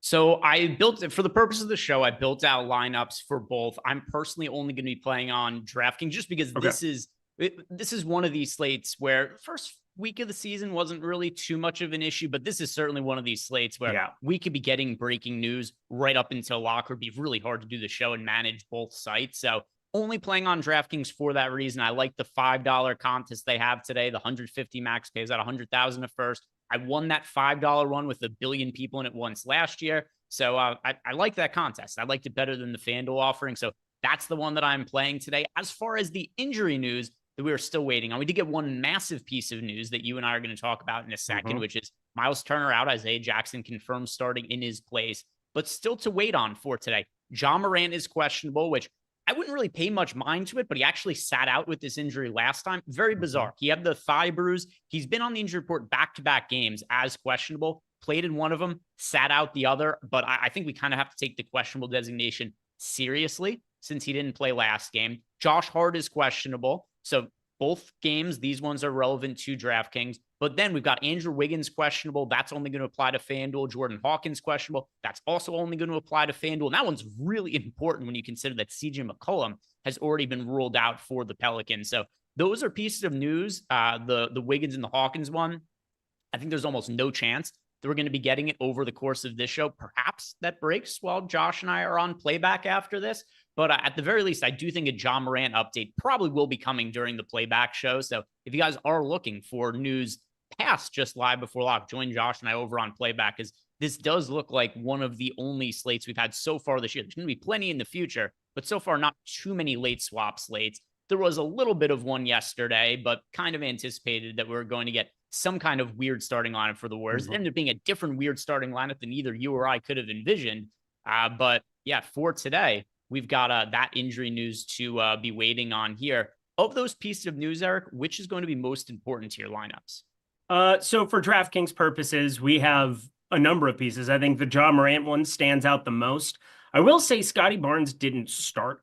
Scotty Pippen Jr. did not start last time out. And Marcus Smart, it seems like they're being very cautious with his minutes. Desmond Bane shot the lights out of it, 6 for 10 from 3, 11 for 19 from the field, but he only played 31 minutes himself in a losing effort in a game that got close. So like, there's still not minutes upside for him, either of them at the guard position. And then Jaren Jackson Jr., a guy who's kind of stepped into a larger role, only 24 minutes for him. You have Jake LaRavia, who's questionable, who hasn't played since the 25th. So like, that's another body for them to have out there. And Marcus Smart, as he's working his way back, he's still going to be somebody with a pretty high assist rate. I think even with the Pippen Jr., obviously Pippen Jr. becomes like a more high minutes upside type play. He got to 31 minutes and he probably ends up leading the team in minutes if John Moran ends up being out and becomes a focal point of what we do. It's Brooklyn on the other side. I kind of have some interesting Brooklyn takes as well on ways that'll be existing, but that Josh Hart we're waiting on news for. I think Obi Toppin, regardless of the fact that Isaiah Jackson is starting, he's going to be a great chalk piece, but Obi Toppin's kind of interesting for tournaments. So many different ways that we can go on this slate. Let's start by talking about the most important piece of chalk we have right now, in my opinion, and that's Isaiah Jackson. He is projected for north of 50% ownership over on DraftKings. He's only $3,800, only as the center eligibility. It's not a great match for him against Boston, but we've seen this time and time again with Isaiah Jackson in the past. He's a great fantasy producer. He doesn't get a ton of run normally, but in these scenarios where he moves into the starting lineup, he ends up being somebody who projects extremely well. And you see that in our projections too. I mean, you're looking at mid to high 20s fantasy points for a guy who's just, kind of close to min price. And then over on FanDuel, it's not quite the same value because Isaiah Jackson is priced, I think it is $4,800, but just pulling up my lineups here to double check. Yeah, $4,800. But while he's a little bit more expensive on FanDuel, you get the benefit of having power forward eligibility in addition to center, which is a little bit easier to fit into lineups there. But as far as Isaiah Jackson goes here, Eric, with him being the starting center now confirmed in place of Myles Turner and his popularity, do you want to be at the field, overweight to the field, or underweight to a popular Isaiah Jackson? I'll be overweight to him, but I want to throw this out there on FanDuel. If you're playing both sites, it's just, he's 4,800 at least there, but he has the power forward eligibility. So it kind of ends up being a little bit different. Obi Toppin sitting at 3,800, and that's kind of where I'm looking to utilize him there. But on DK, I know there's an opportunity cost at center. I mean, I was coming into this slate, I was going to jam Drummond. I was going to jam Anthony Davis, who's projected for nearly 13 points higher than me for number 2 at the position, Karl Anthony Towns at 41 for him. I think Jakob Poeltl is a good chalk piece as well, 6,300, but God, it's really hard to pass up 3,800. And like, my exposure for Anthony Davis has now gone up because we're talking about a guy who at the position is just so much higher. I think we have mega ceilings at point guard. We have like 4 or 5 to really comb through there. At forward, there's basically Tatum, Banchero, James, and then a pretty steep drop off, I would say, there as well. But at center, there's like one other guy, Anthony Davis. I think it's just so easy to be able to get to Isaiah Jackson, play him alongside of it, and kind of take some of the raw points there. There's no way that I'll be under 70, 75% Isaiah Jackson in this spot. Yeah, I currently have him in a little bit over 80% of lineups. He's certainly somebody I want to get a lot of exposure to, and hopefully it goes better than the Noah Clowney situation from yesterday, which annoying because getting to know, I don't remember what my lineups were before. I don't think I had very much of Zaire Williams, but that would have been the piece of value from the Nets that I would have liked to have played in hindsight yesterday. Zaire Williams just crushed the slate and ended up taking minutes away from Noah Clowney there. Got a super chat here from Olrat14, and then we'll talk more about some of the injuries and how it is that we're going to approach them. But Olrat14 wants to know, can you give me 2 bets that you love today? And one thing that stood out to me about this slate, Eric, not value on it anymore, but I really liked the Golden State Warriors as underdogs yesterday. A little bit has changed from last night, but not that much. Like CJ McCollum is a better fantasy player than real life player. The Pelicans went from being 2-point favorites yesterday to the Warriors being 3.5-point favorites. Same matchup, same arena. Kind of goes to show that there was a good amount of value on the Warriors yesterday. And that was something we got asked about, was our favorite bets yesterday. And Golden State Warriors came up. But for Orat's question today, what are you liking? Any particular bets that really stand out to you? I'm pulling up the Odd Shopper Portfolio EV tools to see what's currently at the top of the board. Yeah, my favorite was kind of strange how it ended up coming to fruition. Jalen Suggs was at plus 110 on FanDuel to make over 2.5 threes. Ended up playing that, ended up having a small play on the over of 3.5 threes at plus 250. It's since come down to plus 240. Don't know where it's at now, but you're getting Chicago. Chicago might be like the Indiana of this year. I don't want to be too slow to like project a team for just exponentially more pace, but there is no doubt with DeMar DeRozan gone and Josh Giddey added, you were taking one guy who likes to play in the half court and slow things down, who's an on-ball guy, into Josh Giddey, who can't play defense and will be pushing the pace here for a Bulls team that obviously wanted him there for whatever reason. And we've seen them at 109.3 possessions per 48 minutes. Now, the caveat here is that you do get Franz Wagner back, who he was obviously sick that first half. He ends up coming out. He played alongside Paolo Banchero for the 37 points he had for that first half. Jalen Suggs went completely ballistic too, which, didn't end up going very well for me. But I know he's gone 5 for 13, 6 for 13, and Franz Wagner probably cuts into that usage. But Jalen Suggs got paid. He's going to be playing 34, 35 minutes in competitive spots. And at least this is on the road here, where Orlando, Jalen Suggs out on the floor for a prominent amount of the time. I mean, Cole Anthony is such a distant memory in this rotation in competitive spots, 8, 11 minutes in the last 2 in competitive spots. And that just creates, I think, some real nice value at 2.5 there on Jalen Suggs, as long as it's plus money. There are some incredibly high numbers on Paolo Banchero, which I get because he had the massive game the other day. But Franz Wagner is going to be back today. And while, yes, I think Paolo Banchero is going to take a step forward from last year. He was an all-star, and he looks like one of the more high upside young players in the league. Do you know what the PRA is for Paolo Banchero tonight, Eric? The PRA, it's got to be something ridiculous, like 39.5, 40.5. 41.5. Yeah. It's all about the pace. That's really what it comes down to. It's about that pace, no treble. But I mean, Chicago can't be going this fast and expect to continue to do anything. I mean, they have a negative 3.9 adjusted net rating. They're pretty inefficient on the offensive end, 23rd in adjusted offensive rating on dunks and threes so far. And pace-wise, Chicago's just like nearly 4 possessions higher than Memphis so far this year. I don't think that's going to sustain. I mean, you go back to last year, you had the fastest team in the NBA, Washington, 102.7 possessions per 48 minutes. Maybe we just see Chicago play breakneck like this. I do expect it to come down, but again, the Jalen Suggs side felt undervalued, and I'm with you where I think the Paolo Banchero side is a little overvalued.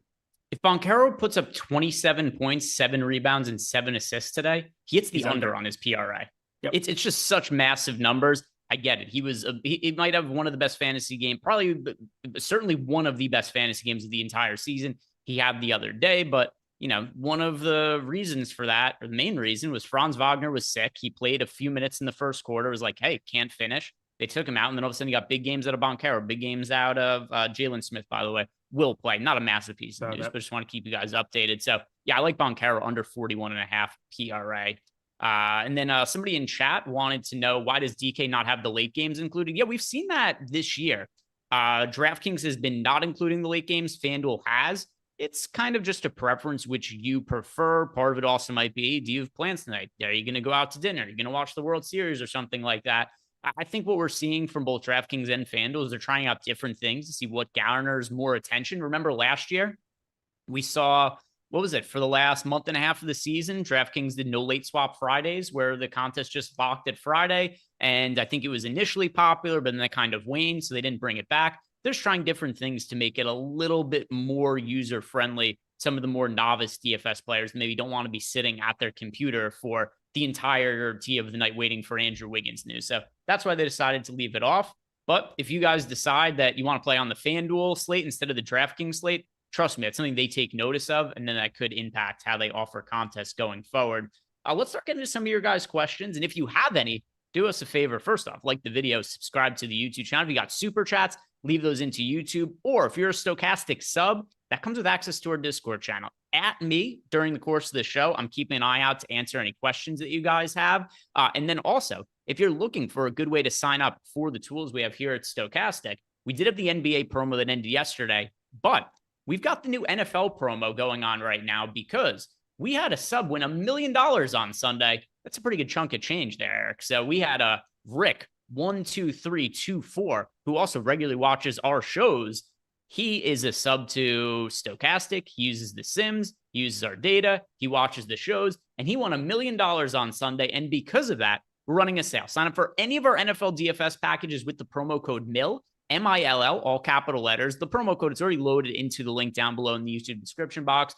And you get 30% off any of the NFL packages that you choose to sign up for. It could be a monthly, could be a weekly, could be core, could be max. Whichever NFL package you want to sign up for, 30% off with the promo code MILL. Also, Luffy interviewed Rick, who won the Millie on Sunday, and asked about some of the strategies, how he used the tools. I've been busy the last couple hours, so I haven't checked to see if that video went up on the YouTube channel. But if it didn't, it's either up there now or it's going to be going up soon. So go check that out as well. Now for your guys' questions.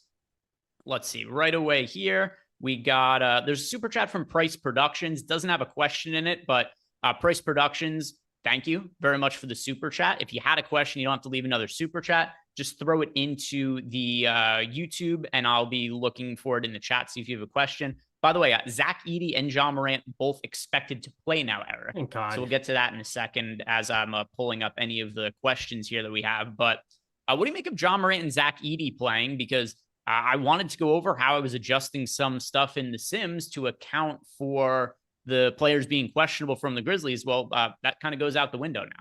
Yeah, I won't be doing it. And we got John Conchar in there, which, again, I think the minutes for Scottie Pippen Jr. just came crashing back down to the low 20s pretty quickly.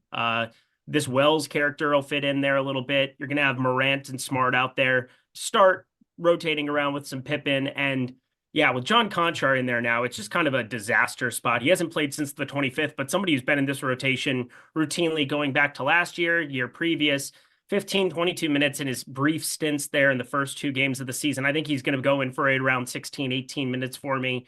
I can't imagine I want to get to anything with Memphis with this news. Yeah, I mean, that's the way I see it too. And then, I mean, if you look at the props on, so I actually did bet this one earlier as part of the prop threads that I've been doing on Twitter, where I start with $100 day one of the season. And then we're just betting every day using the portfolio V tools over at OddsShopper and seeing how high we can get that $100 bankroll to go by the end of the year. We've grown the bankroll by over 50% so far. But one of the plays that was towards the top of the board at OddsShopper this morning, it was John Morant over 17.5 points. And I can't remember the last time John Morant had a points prop of only 17.5. Does that lend you to think that maybe there's an expectation that he won't be playing full minutes today? Or was it just a reaction to him being questionable on the injury report? What do you make of really low prop numbers for John Morant? And what are you doing as far as exposure to him, if any? I think it looks pretty efficient. So I ran this last night, talked about it a little bit on Lindy's Leans, Likes, and Locks. Memphis has been number 2 in pace this season, but there's 2 major caveats. Jaren Jackson Jr. didn't play in the first 2 games John Morant was out there on the floor, 22-24, came down to 16 against Orlando, over 6 from 3. Again, maybe just a poor shooting outing here, but Brooklyn on the other side of this one, they're going to be ripping the pace down a little bit, you would think.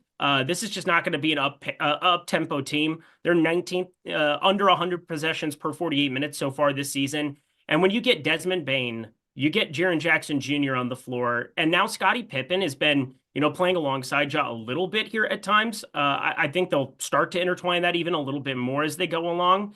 It's hard for me to look at 17.5, 18.5 as like crazy far off. Like, this isn't some jam situation by any means.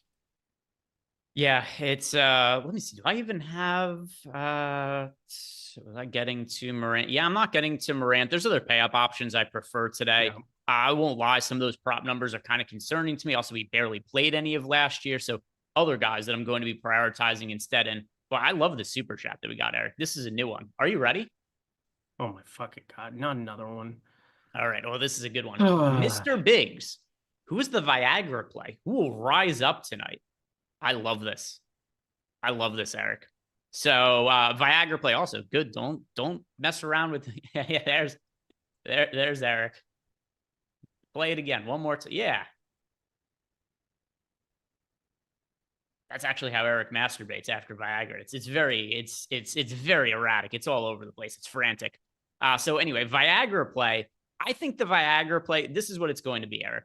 Who is somebody who has struggled this year? Maybe their play's been a little bit flaccid, but today they're going to rise from the ashes and they're going to perform the way we always thought they could. Who's the Viagra play? Which site? Whichever site you want. I have one that's going to apply to both sites. I can go first if you want me to. Yeah, go ahead. Okay, so far, this individual has not played very well this year. I don't think he's a great real-life player either, but he is somebody who comes with DFS upside, Eric. That's Jonas Valanciunas. And now that we have guys in the picture like Isaiah Jackson at center, I don't think Valanciunas is going to be getting that much attention. I will add that this is very contingent on Valanciunas starting again, because we don't know that to be the case, but he ended up starting last game. If Valanciunas starts again, we don't know what his minutes are going to be, and certainly wouldn't look at him in a cash game. But for the tournament upside that there is in Jonas Valanciunas, I think he's somebody who could be getting slept on by the field because he hasn't played all that well this year. He hasn't been getting the minutes for the Washington Wizards, but he takes just one little blue pill, Eric. I think all of that could change today. If we could get upper 20 minutes out of Jonas Valanciunas, there is potential for a slate-breaking game. And also, in what should be a pretty high-paced matchup against the Atlanta Hawks. 234 total in that game. I believe that's the second highest of the entire night. The only one higher is the Boston-Indiana game, and most of those points expect to go to the Boston side. So strictly for GPPs, don't play him in a cash game. But Jonas Valanciunas, that's the Viagra player. I hate this one so much. I hate all of these bits. That makes me like it even more. Tobias Harris. Tobias Harris going back into Philadelphia here. Detroit, they're winless thus far this season. It's been kind of brutality. You saw Tobias Harris get in foul trouble, though, one time, went down to 31 minutes against Boston. And otherwise, he's played 35 to 37 minutes in all three games, which have been competitive for Detroit. They just haven't closed anything out. I think the combination of him and then my nuke of the night on the other side of this one, I kind of think that there's a number of fantasy options that are just going a little bit slept on to Detroit and Philly. And three of them in particular, I am well over the field on. Two pretty horrific defenses. And I'm just kind of hoping that efficiency wins the day, because in terms of pace, I mean, Philly's been middle of the pack, nothing crazy, in that department. Detroit's been extremely slow. They're 0-4. They're 27th in adjusted offensive rating. But I think if there was one game Tobias Harris wants to stick it to somebody, it's here in Philadelphia, the city of not brotherly love. I don't know how they ever got that moniker, because it is not true. Tobias Harris at 6K. Yeah, your whatever play of the Viagra play of the night. That's so dumb. Yeah. Hey, listen, I'm just reading the super chat and then I have to fill it in. That's what the super chat was. I read it. I liked it. And I know Eric's on brand. He knows there's no better way to stick it to somebody than with the use of Viagra. So I like the Tobias Harris one. And yeah, some people in the chat, like somebody said, Valanciunas probably is going to play all that much. Yeah, just kind of looking at somebody who's struggled so far this year that we think could end up being better going forward. But let's see what we have for some other super chats that came in. I saw there's a couple questions in Discord as well. But Chris Williams says, my bad, a little bit late with this. I always feel bad that Chris Williams feels like he needs to apologize if he doesn't leave a super chat or something right at the top of the show. You certainly don't need to apologize, but we appreciate you, Chris. And then he's telling people to make sure to bring yourselves good karma by liking the video and subscribe to the channel, which absolutely, if you guys have not done that yet, like the video, subscribe to the channel, and then Chris also gifted out 5 YouTube memberships. So let's go and answer some of these questions in Discord, Eric, and then we'll do the nuke of the night after. We've got like 5-6 questions sitting to us here in Discord. We'll read these off, and then we'll go and hit up the nuke of the night. But we've got Fermine Steinium wants to know, if you had to pivot off of Trae Young, would you go down to Cade, or would you stay in the 9K range with Tatum? Who's your favorite pivot off of Trae Young tonight? Tyrese Maxey. Yeah, let's Big see. time. Trae Young. It's not also like, so my answer is also, I have more exposure to Maxey than I do to Trae Young. Personally, Eric, you've got Trae Young is $700 more expensive. Trae Young projects a little bit better, but relative to the salary, it's like kind of comparable on a points per dollar, but Tyrese Maxey pulling less than half of the ownership. But also like the ownership on Trae Young at 26%, I don't find to be particularly problematic. I'm right around in line with the field. Yeah, Tyrese Maxey, I'm overweight to him. I'm also overweight to Jason Tatum. I think both of them in that price range are pretty good pivots. They project pretty comparably to Trae Young, but at lower ownership. Either of those, I think, are pretty good directions to go in. Is Jason Tatum somebody you're landing on at all? Yeah, but Josh Green is starting tonight for Charlotte, so that's fun. Hasn't he been starting? No, I didn't think so. Not in my sheet, he hasn't. He's been on the injury report. He's played one game this year. But the one game he played, did he not start? Or am I remembering wrong? I don't know. I don't want to change stuff. I had Cody Martin in starting, but never mind. Got to switch that out. Let me go and pull this up. He only played 18 minutes against Atlanta in a competitive spot. It's more of just like it adds more He didn't start. ridiculousness. Just something that I didn't want to switch that I didn't think mattered. Now I have to switch. And even though whatever, Seth Curry maybe takes a little bit of his minutes upside away, but Trey Mann, 5K, I wouldn't be playing like any at this point, and he's pretty popular. I'm going to put Trey Mann minutes for down. Our updated ownership. I mean, we had Trey Mann right around 5% owned. We have that's over on DraftKings. On FanDuel, Trey Mann, I'm checking over there. You're also going to want to look at Washington's starting lineup. Poole, Carrington, Coulibaly, George, and Sarr. No Jonas Valanciunas. All right, well, there we go. So Valanciunas, which I'm sure Eric will be happy with. The Viagra play of the day, that balloon popped and came deflated pretty quick because I don't really have interest in Valanciunas off the bench now. Shit, Keyshawn George is 3,400 today against Atlanta. All right, so starting lineups here. Let's go over both of these. First, from the Charlotte Hornets, we now have Ball, Curry, Green, Bridges, and it's Ball, Curry, Green, and Curry both there on the wings. Do you have any interest in Josh Green as a starter? Because that's going to be like if he lands in a lineup or two for me, that's fine, but he's not somebody I'm dying to roster.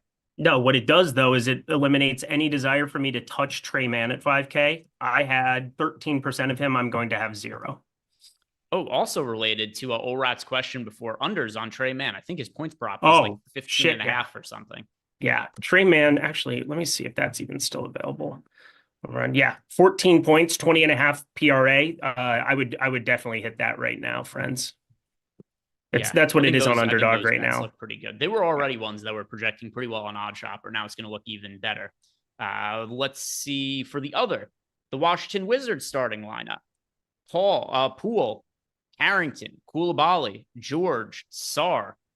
I mean, what can we really expect out of the playing time from Keyshawn? I think it's pronounced Keyshawn, right? It's spelled very bizarrely. It's spelled K-Y and then Sean. So Keyshawn George, like you said, he's very cheap. He's going to be starting for Washington. We saw this the other day with Bub Carrington, and then he didn't end up playing all that many minutes. So far, George this year has played 20, 26 and a half, and 21 and a half minutes. This is a very up-paced matchup he's going to be in as well. I think this is a value play we want to be getting to. He's 3,400, dude. And I mean, there's just no way.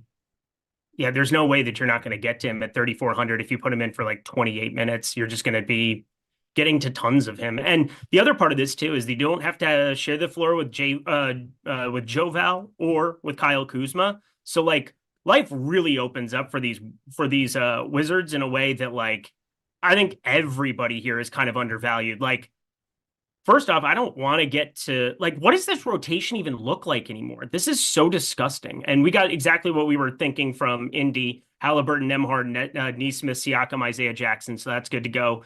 Isaiah Jackson's still the best value piece on this slate by a landslide. David Roddy starting for the Hawks. What the fuck is going on today? We're getting weird starting lineups left and right. God. So to Eric's point, Hawks starting lineup, it is Young, Researcher, hot body David Roddy, Jalen Johnson, and Clint Capella at center. And so far, the absence of Onyeka Okongwu meant nothing to Clint Capella. They just instead went like, all right, Clint Capella split minutes with Larry Nance. So it's really hard for me to get to Clint Capella at all, Eric. But what do you make of David Roddy now starting for the Hawks? Because I have to look up his price. He's not somebody I've thought about today either. David Roddy. I mean, what are we even doing here? 3,500. Jesus Christ. We have so much value now. Anthony Davis just became my nuke of the night now by default. So I'm going to go off of Maxey and just go to Anthony Davis. When you have this much value, we're just going to want to get to some of the higher projected guys like Tatum. I'm going to get to more of Anthony Davis. I'm going to get to more of like, I think we just unlocked a ton of stuff, and I'm just going to rotate a lot of these guys I mean, this is ridiculous. Like, I'm just putting in some of the fantasy rates for a couple of these guys. Like, it's very limited sample size that we have for, I mean, think of all the guys and how different this Washington Wizards team looks in this current iteration. Like Alex Sarr, still a 0.93 fantasy point per minute guy. I'm going through, I'm just trying to find, God, I mean, it's disturbing. There's like 2 pages of these guys. Keyshawn George, 69 minutes, 0.60 DraftKings points per minute. It doesn't really quantify what he's going to be. You have to give an increase to that with Kyle Kuzma off the floor. Jonas Valanciunas not starting. Both of those are going to be pluses. Bilal Coulibaly, 0.71. I'm going to be ramping that one up here as well. We have just so much ridiculous. And Mogbo is starting for Toronto. What the flying F is going on? Yeah, and Mogbo's minutes have been so erratic to the last couple of games. Tough to figure out. But now you got Scotty Barnes, he's going to be out. He's dealing with that eye injury. I don't even know exactly what the eye injury is exactly, but 3 weeks is a very odd timeline. Just come right out of the gate with due to an eye injury. But now got Mogba starting in his place. We have to redo everything right now, Eric. Anything we've done the rest of the day, it was pointless. And 23 minutes into lock now. Yeah, I'm happy. I was going to max it. I only played 50 lineups in that $5 on DK today because I was like, I bet there's some ridiculousness that goes down. I mean, these starting lineups make absolutely no sense. So let's start parsing through it. I'm going to ask you because I think this is kind of something we're both going to need to adjust a lot of stuff. We're going to need to stall and let Richie and everybody else on the projections team take some time, look through everything. But like out of the value pieces, sub 4K on today's slate, I'm going 1 Isaiah Jackson, 2 Mogbo at this point in time. I mean, that is kind of an unbelievable piece at 3,600 to get with power forward eligibility. You should be playing absolute metric tons of him. I think 3 for me probably ends up being. Well, actually, while you're doing this, I might end up with more exposure to Mogba than to Isaiah Jackson. Not because Isaiah Jackson shouldn't project better. He's going to, but because of the power forward eligibility you're getting on Mogba. We've seen very little out of him so far because he's only played 4 NBA games, but he's scoring well over a fantasy point per minute. And he's a good matchup as well today against Charlotte. I'm going to end up, I don't know for sure because I have to rerun everything. My suspicion, though, is that Mogba is going to be my most rostered player. On FanDuel, you should have tons of Jackson, Mogbo, Javonte Green. So to give the FanDuel people some context, sub 4K Javonte Green looks awesome considering no CJ McCollum. He's been playing high teens minutes. That should turn into mid-20s minutes. What's up? Did you have something you were saying? No. I was looking at the upcoming questions while you were talking. Yeah. Get ready to rock because we have tons that we're gonna have to get to here. I know that we're over on playback here too, and I think we got Jordan over there sharing everything going on FanDuel right now, and I think it's very important. Jordan Poole, a much more necessary piece over there. Jordan Hawkins, a huge piece of that slate specifically. You want a game plan in place there. We obviously know the ridiculous the Golden State is providing there, but there is so much good value now here early with Mogbo and Jackson. You should be playing both a lot on FanDuel. And I think Anthony Davis, power forward 11-2, Wemby 11-1, Chet Holmgren 9,400. Like these guys were not going to show up on FanDuel for me at all. And now I like all of them a lot more. We just had a projections update. If you wouldn't mind, Jordan, throw that up on the screen. Let's start with the Toronto Raptors. Yeah, go to the Toronto Raptors and just pull up their projections. Mogba, I think rightfully so, is projecting really well. And here's the thing that's crazy, Eric. We don't have him for a lot of minutes. We put in Mogba for 22 and a half minutes. Yep.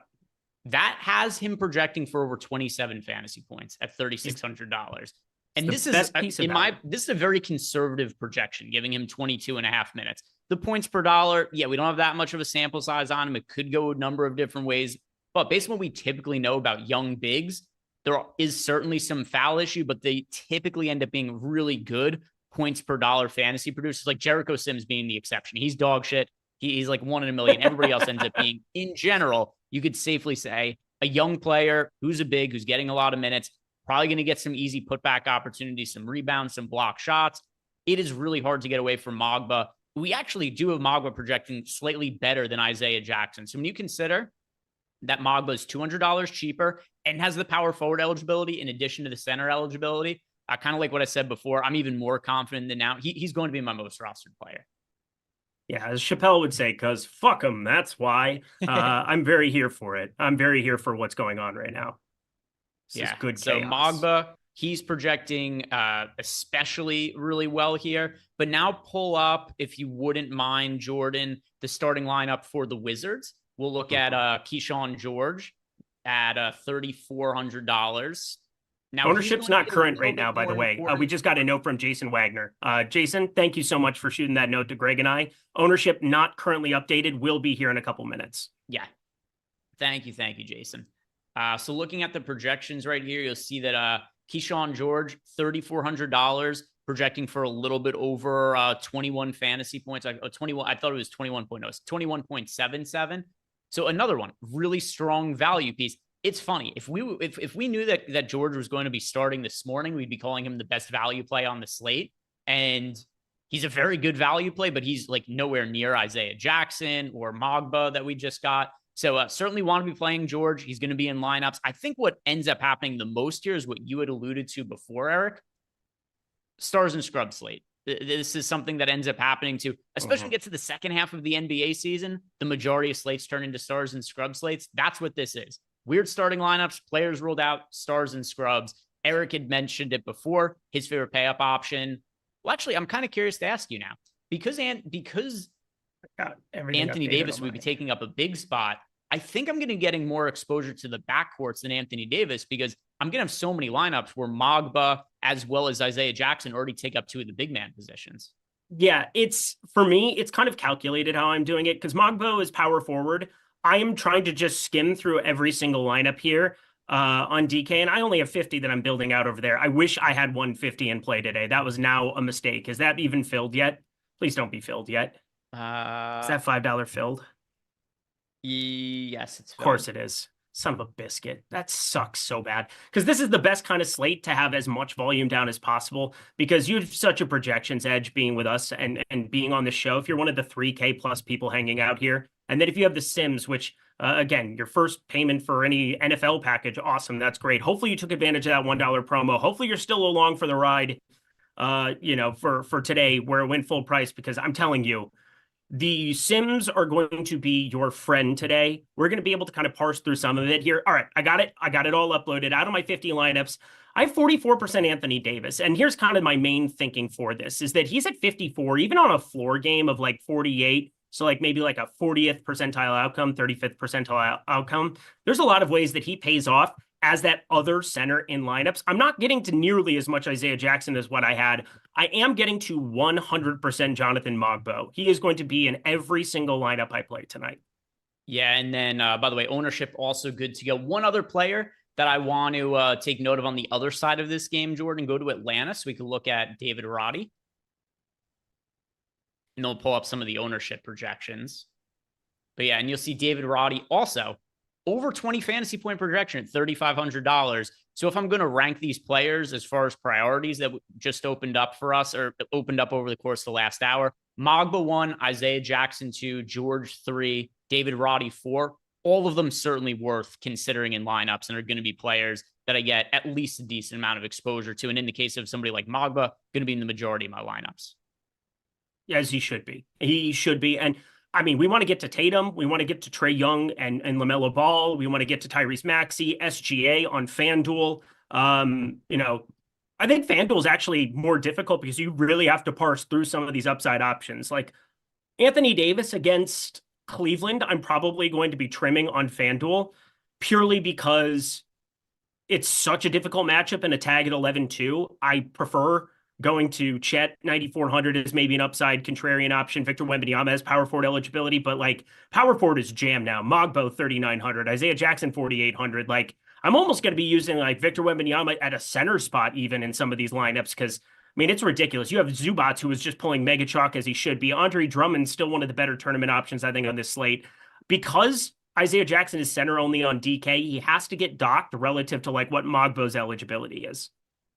And let's start pulling up the ownership now. Let's just look at the most popular players on the slate now that it's updated, Jordan. Yeah, give it a refresh. Thank you again to Jason behind the scenes. Awesome job. Yeah, we've got the data team humming on all cylinders. We've got Rich, we've got Jason, and they touch base with Josh and I over the course of the day a lot too. It's been fun. It's been fun keeping up with all of it. So Isaiah Jackson's ownership, not shocking, comes down a little bit now that Mogba's opened up. He's no longer over 60%, but you've got Isaiah Jackson about half of the field's lineups, Mogba in about half of the field's lineups. George is in 20%, Roddy's in 20%. I think I'm going to be overweight to all 4 of these value pieces, Eric. So let me tell you my favorite tournament play on the entire slate right now. I think my favorite tournament play... Wait. Before you do it, Jordan, let's make this the nuke of the night. Play the animation. Okay. Give us a second to gather here. There we go. Need the reveal. Okay. Nuke of the night, Eric. Hit us with it. We've had all this news that's broken. Things have changed. Who is the guy that you are alluding to as your favorite GPP play now?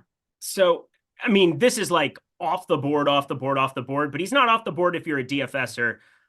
I think Chris Boucher maybe walks into like 20 minutes today. Like, if they're going to start with Mogba, I'm not going to exclude them within the same lineup for what it's worth. I think they're both good enough fantasy performers. I mean, we just saw Mogba take over at 3,600 as he should, but like, Chris Boucher at 3,800 is really, really appealing. And I think if we're going to go true nuke of the night style, it's the spend ups. It's like all of them. Jason Tatum, Anthony Davis, all of the point guards that we can shuffle through. You want to get to these high upside options, these raw points, because now we have value where we can really rotate and elevate the floor of our lineups and have the most upside options. But in addition to Mogbo, I want to just at least throw out, without Scotty Barnes out there, he's going to be out for like, 3 weeks, basically, they said now with the ideal. Yeah. You still have Grady Dick out there, but like, look at Charlotte. You're going to have Miles Bridges out there. You're going to have Grant Williams, a little bit of a big body thotty out there. Nick Richards, Diabate has been playing a little bit here. And then Cody Martin, kind of the last guy in there. This feels like in a shootout type up-tempo Charlotte spot.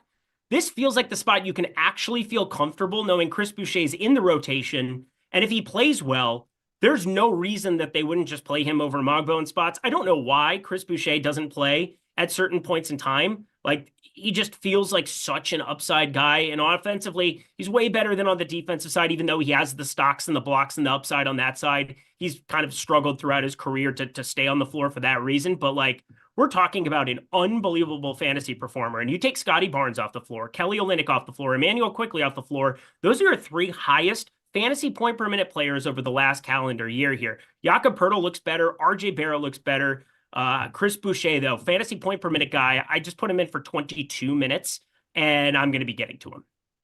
Yeah, so to me, it's going to be, because we've just got all these value options that I think are pretty easy clicks at this point. So I'm going in the other direction with what you had said, Eric, which is I'm going to be going stars and scrubs. Who are the lower owned stars that we know bring just massive upside to the table? Here's the 2 that stand out to me. They're guys we've already mentioned a little bit over the course of the show, but Jason Tatum, Tyrese Maxey, 2 guys who are barely pulling over 10% ownership, feel gravitating towards guys like Trae Young, understand it, but you can get these guys for half the ownership. Those are, I'm giving you a couple because I think there's, interchangeable pieces here you could pay up for, but Tyrese Maxey, Jason Tatum, those are my 2 favorite lower owned pay up options, Eric. I love both of them as well. Let's see. We've got some questions that are coming in. So we had a super chat. This one is from Guillaume Blyce. He wants to know, for a DK GPP, Cade Cunningham and Jordan Poole, or Dennis Schroeder and Anthony Davis. That is going to be Dennis Schroeder and Anthony Davis for me. Dennis Schroeder, Anthony Davis. The next question that we have here, it is, let's see, was there another super chat? Yes. Saif Din says he has $800 left over. Is he crazy? That's a little bit much for NBA DFS. Correct. That's too much. I don't have like a specific cutoff. I'm rerunning my lineups right now, but I probably, and did he say it was for cash too? He didn't say it's for cash. No. In general, though, I probably won't have any lineups leave more than like $300, maybe $400 in salary on the table for NBA. Same. Like, legitimately never am I leaving more than 500 unless we're talking showdown or a 2-game slate. Yeah. Too much salary being left on the table there, Saif Din. Then Connor wants to know, DK cash game locks. He wants to know, do I need RJ Barrett? You definitely do not need RJ Barrett in cash games.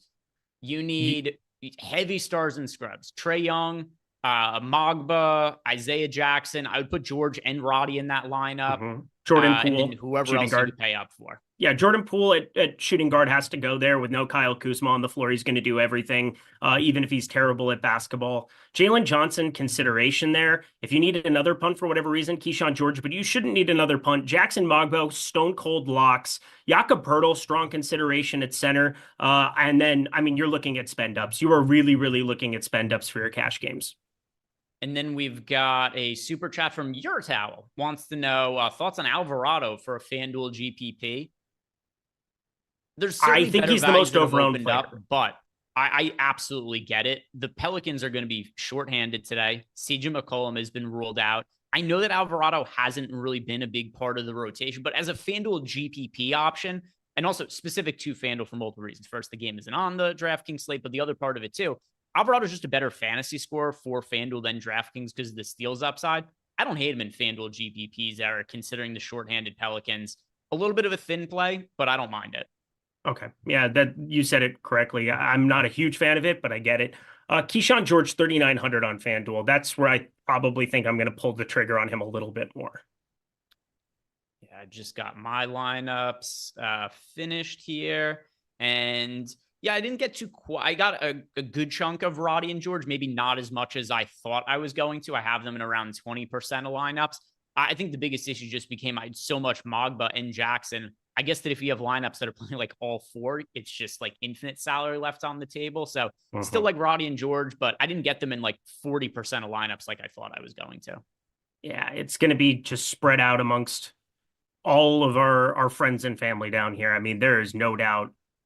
Also, for the FanDuel slate, do you think Lindy Waters starts tonight? I don't know how you could apply logic to any of Steve Kerr's decisions. I'm not. I'm just asking. No, but that's what I'm saying is I understand why you're asking, but like I would have to answer logically to give you an answer, and I just have no clue. Okay. Good talk. Glad we had it. Like I would say he's more likely than not just because he played so well last night. But like Buddy Hield had been playing well to open up the season, and he didn't start in the second half yesterday. Jonathan Kuminga was like hardly even part of the rotation yesterday as relative to what we would have expected going in. When we talked about guys who our confidence level in them starting, I didn't think there was any way last night, Eric, that we would have Jonathan Kuminga not starting. And what happens? Jonathan Kuminga doesn't start on that slate. So I'll say the most likely scenario is that he starts, but my confidence level is very low on guessing Warriors starting lineups going forward. That's probably the right answer out of anything that anybody said on this show. Yeah, it's just the reality. Does it feel like it's stupid Donovan Mitchell? You should probably get a little bit more of him against the Lakers front court. I feel like I should get a little bit more Donovan Mitchell. I have like 0 right now. I have 5% of him. Okay, that's what I want. I have 0. In the interest of getting some lower owned pay up options, yeah, Jason Tatum, 12%. I have him in a third of my lineups. Tyrese Maxey, the other one we talked about before, 14% owned. I have him in a little bit more than a third of my lineups. Who else are some of the expensive guys that are low owned? Those are the two primary ones for me. But anyway, yeah, like I get Mitchell in some lineups for the same reason. Just not, I don't like him as much as Tatum or as much as Tyrese Maxey. Samesies. Let's go into Discord now because I do know there were some questions waiting for us in there. So let's get through these ones now because a handful of them come in as quickly as possible. But Rabashua wants to know, would we rather ride with the 44% ownership on Poole on FanDuel or take his ownership and spread it out between Cam Thomas, Desmond Bane, and Zach LaVine? Poole's definitely the priority over those guys. But if you're looking for a pivot amongst those players you just listed, there's blowout risk, but I'm going to say Cam Thomas, just his usage rate is going to be so high with the Nets that's just going to lend itself to some upside. So I don't mind Jordan Poole at his ownership, but if I had to pivot off of him, I would say Cam Thomas. Yeah, probably Cam Thomas. Next question here. It is from Ryan Schindler. He wants to know, how do I personally decide to go overweight matching the field or underweight to a guy that's 60% projected ownership, or do you let the Sims do its thing? Yeah, the latter. I just run the Sims, see what pops up. Like, I don't have a mathematical way in my head that I can just look at and be like, 60% too high. Like, I have to run everything through the Sims, and then it gives me like a pretty good idea. You know, every once in a while, I'll look at a guy and be like, well, that's a guy with a lot of volatility that's popular. But like for a slate like this, I ran everything through it. It's like, yeah, Mogba's popular. Isaiah Jackson's popular. The Sims got me overweight to them. It stands to reason they should be even higher owned than they already are, even though they're popular. Perfect way of explaining it. Next question. It is from Jetty76. He wants to know 1 ROI boost at the guard position and 1 negative ROI boost at the guard position for DK. Yeah. So if I was going to do a positive ROI boost right now for a guard, it would be the aforementioned Tyrese Maxey. Just get yourself a little bit more exposure to a lesser owned pay up option. If I was going to downgrade somebody, I'd say maybe Dennis Schroeder, just because he's popular and there's blowout risk there. Correct. But yeah, favorite one to upgrade, Tyrese Maxey. And Sniffs1234 wants to know, how do we feel about Keyshawn George? I think actually this was a question he asked us before the starting lineup came out. Yeah, I ended up with George in about 20% of lineups. I thought I was going to have more, but there's just so much value on the slate that he didn't show up as meaningfully as I thought he was going to. So certainly a good option, but my preference is to save salary with Mogbo or Isaiah Jackson. Exactly what you said there. All right. How are you doing on your lineups, by the way? They're just about up, and I've got 3 minutes. That's an eternity in NBA DFS.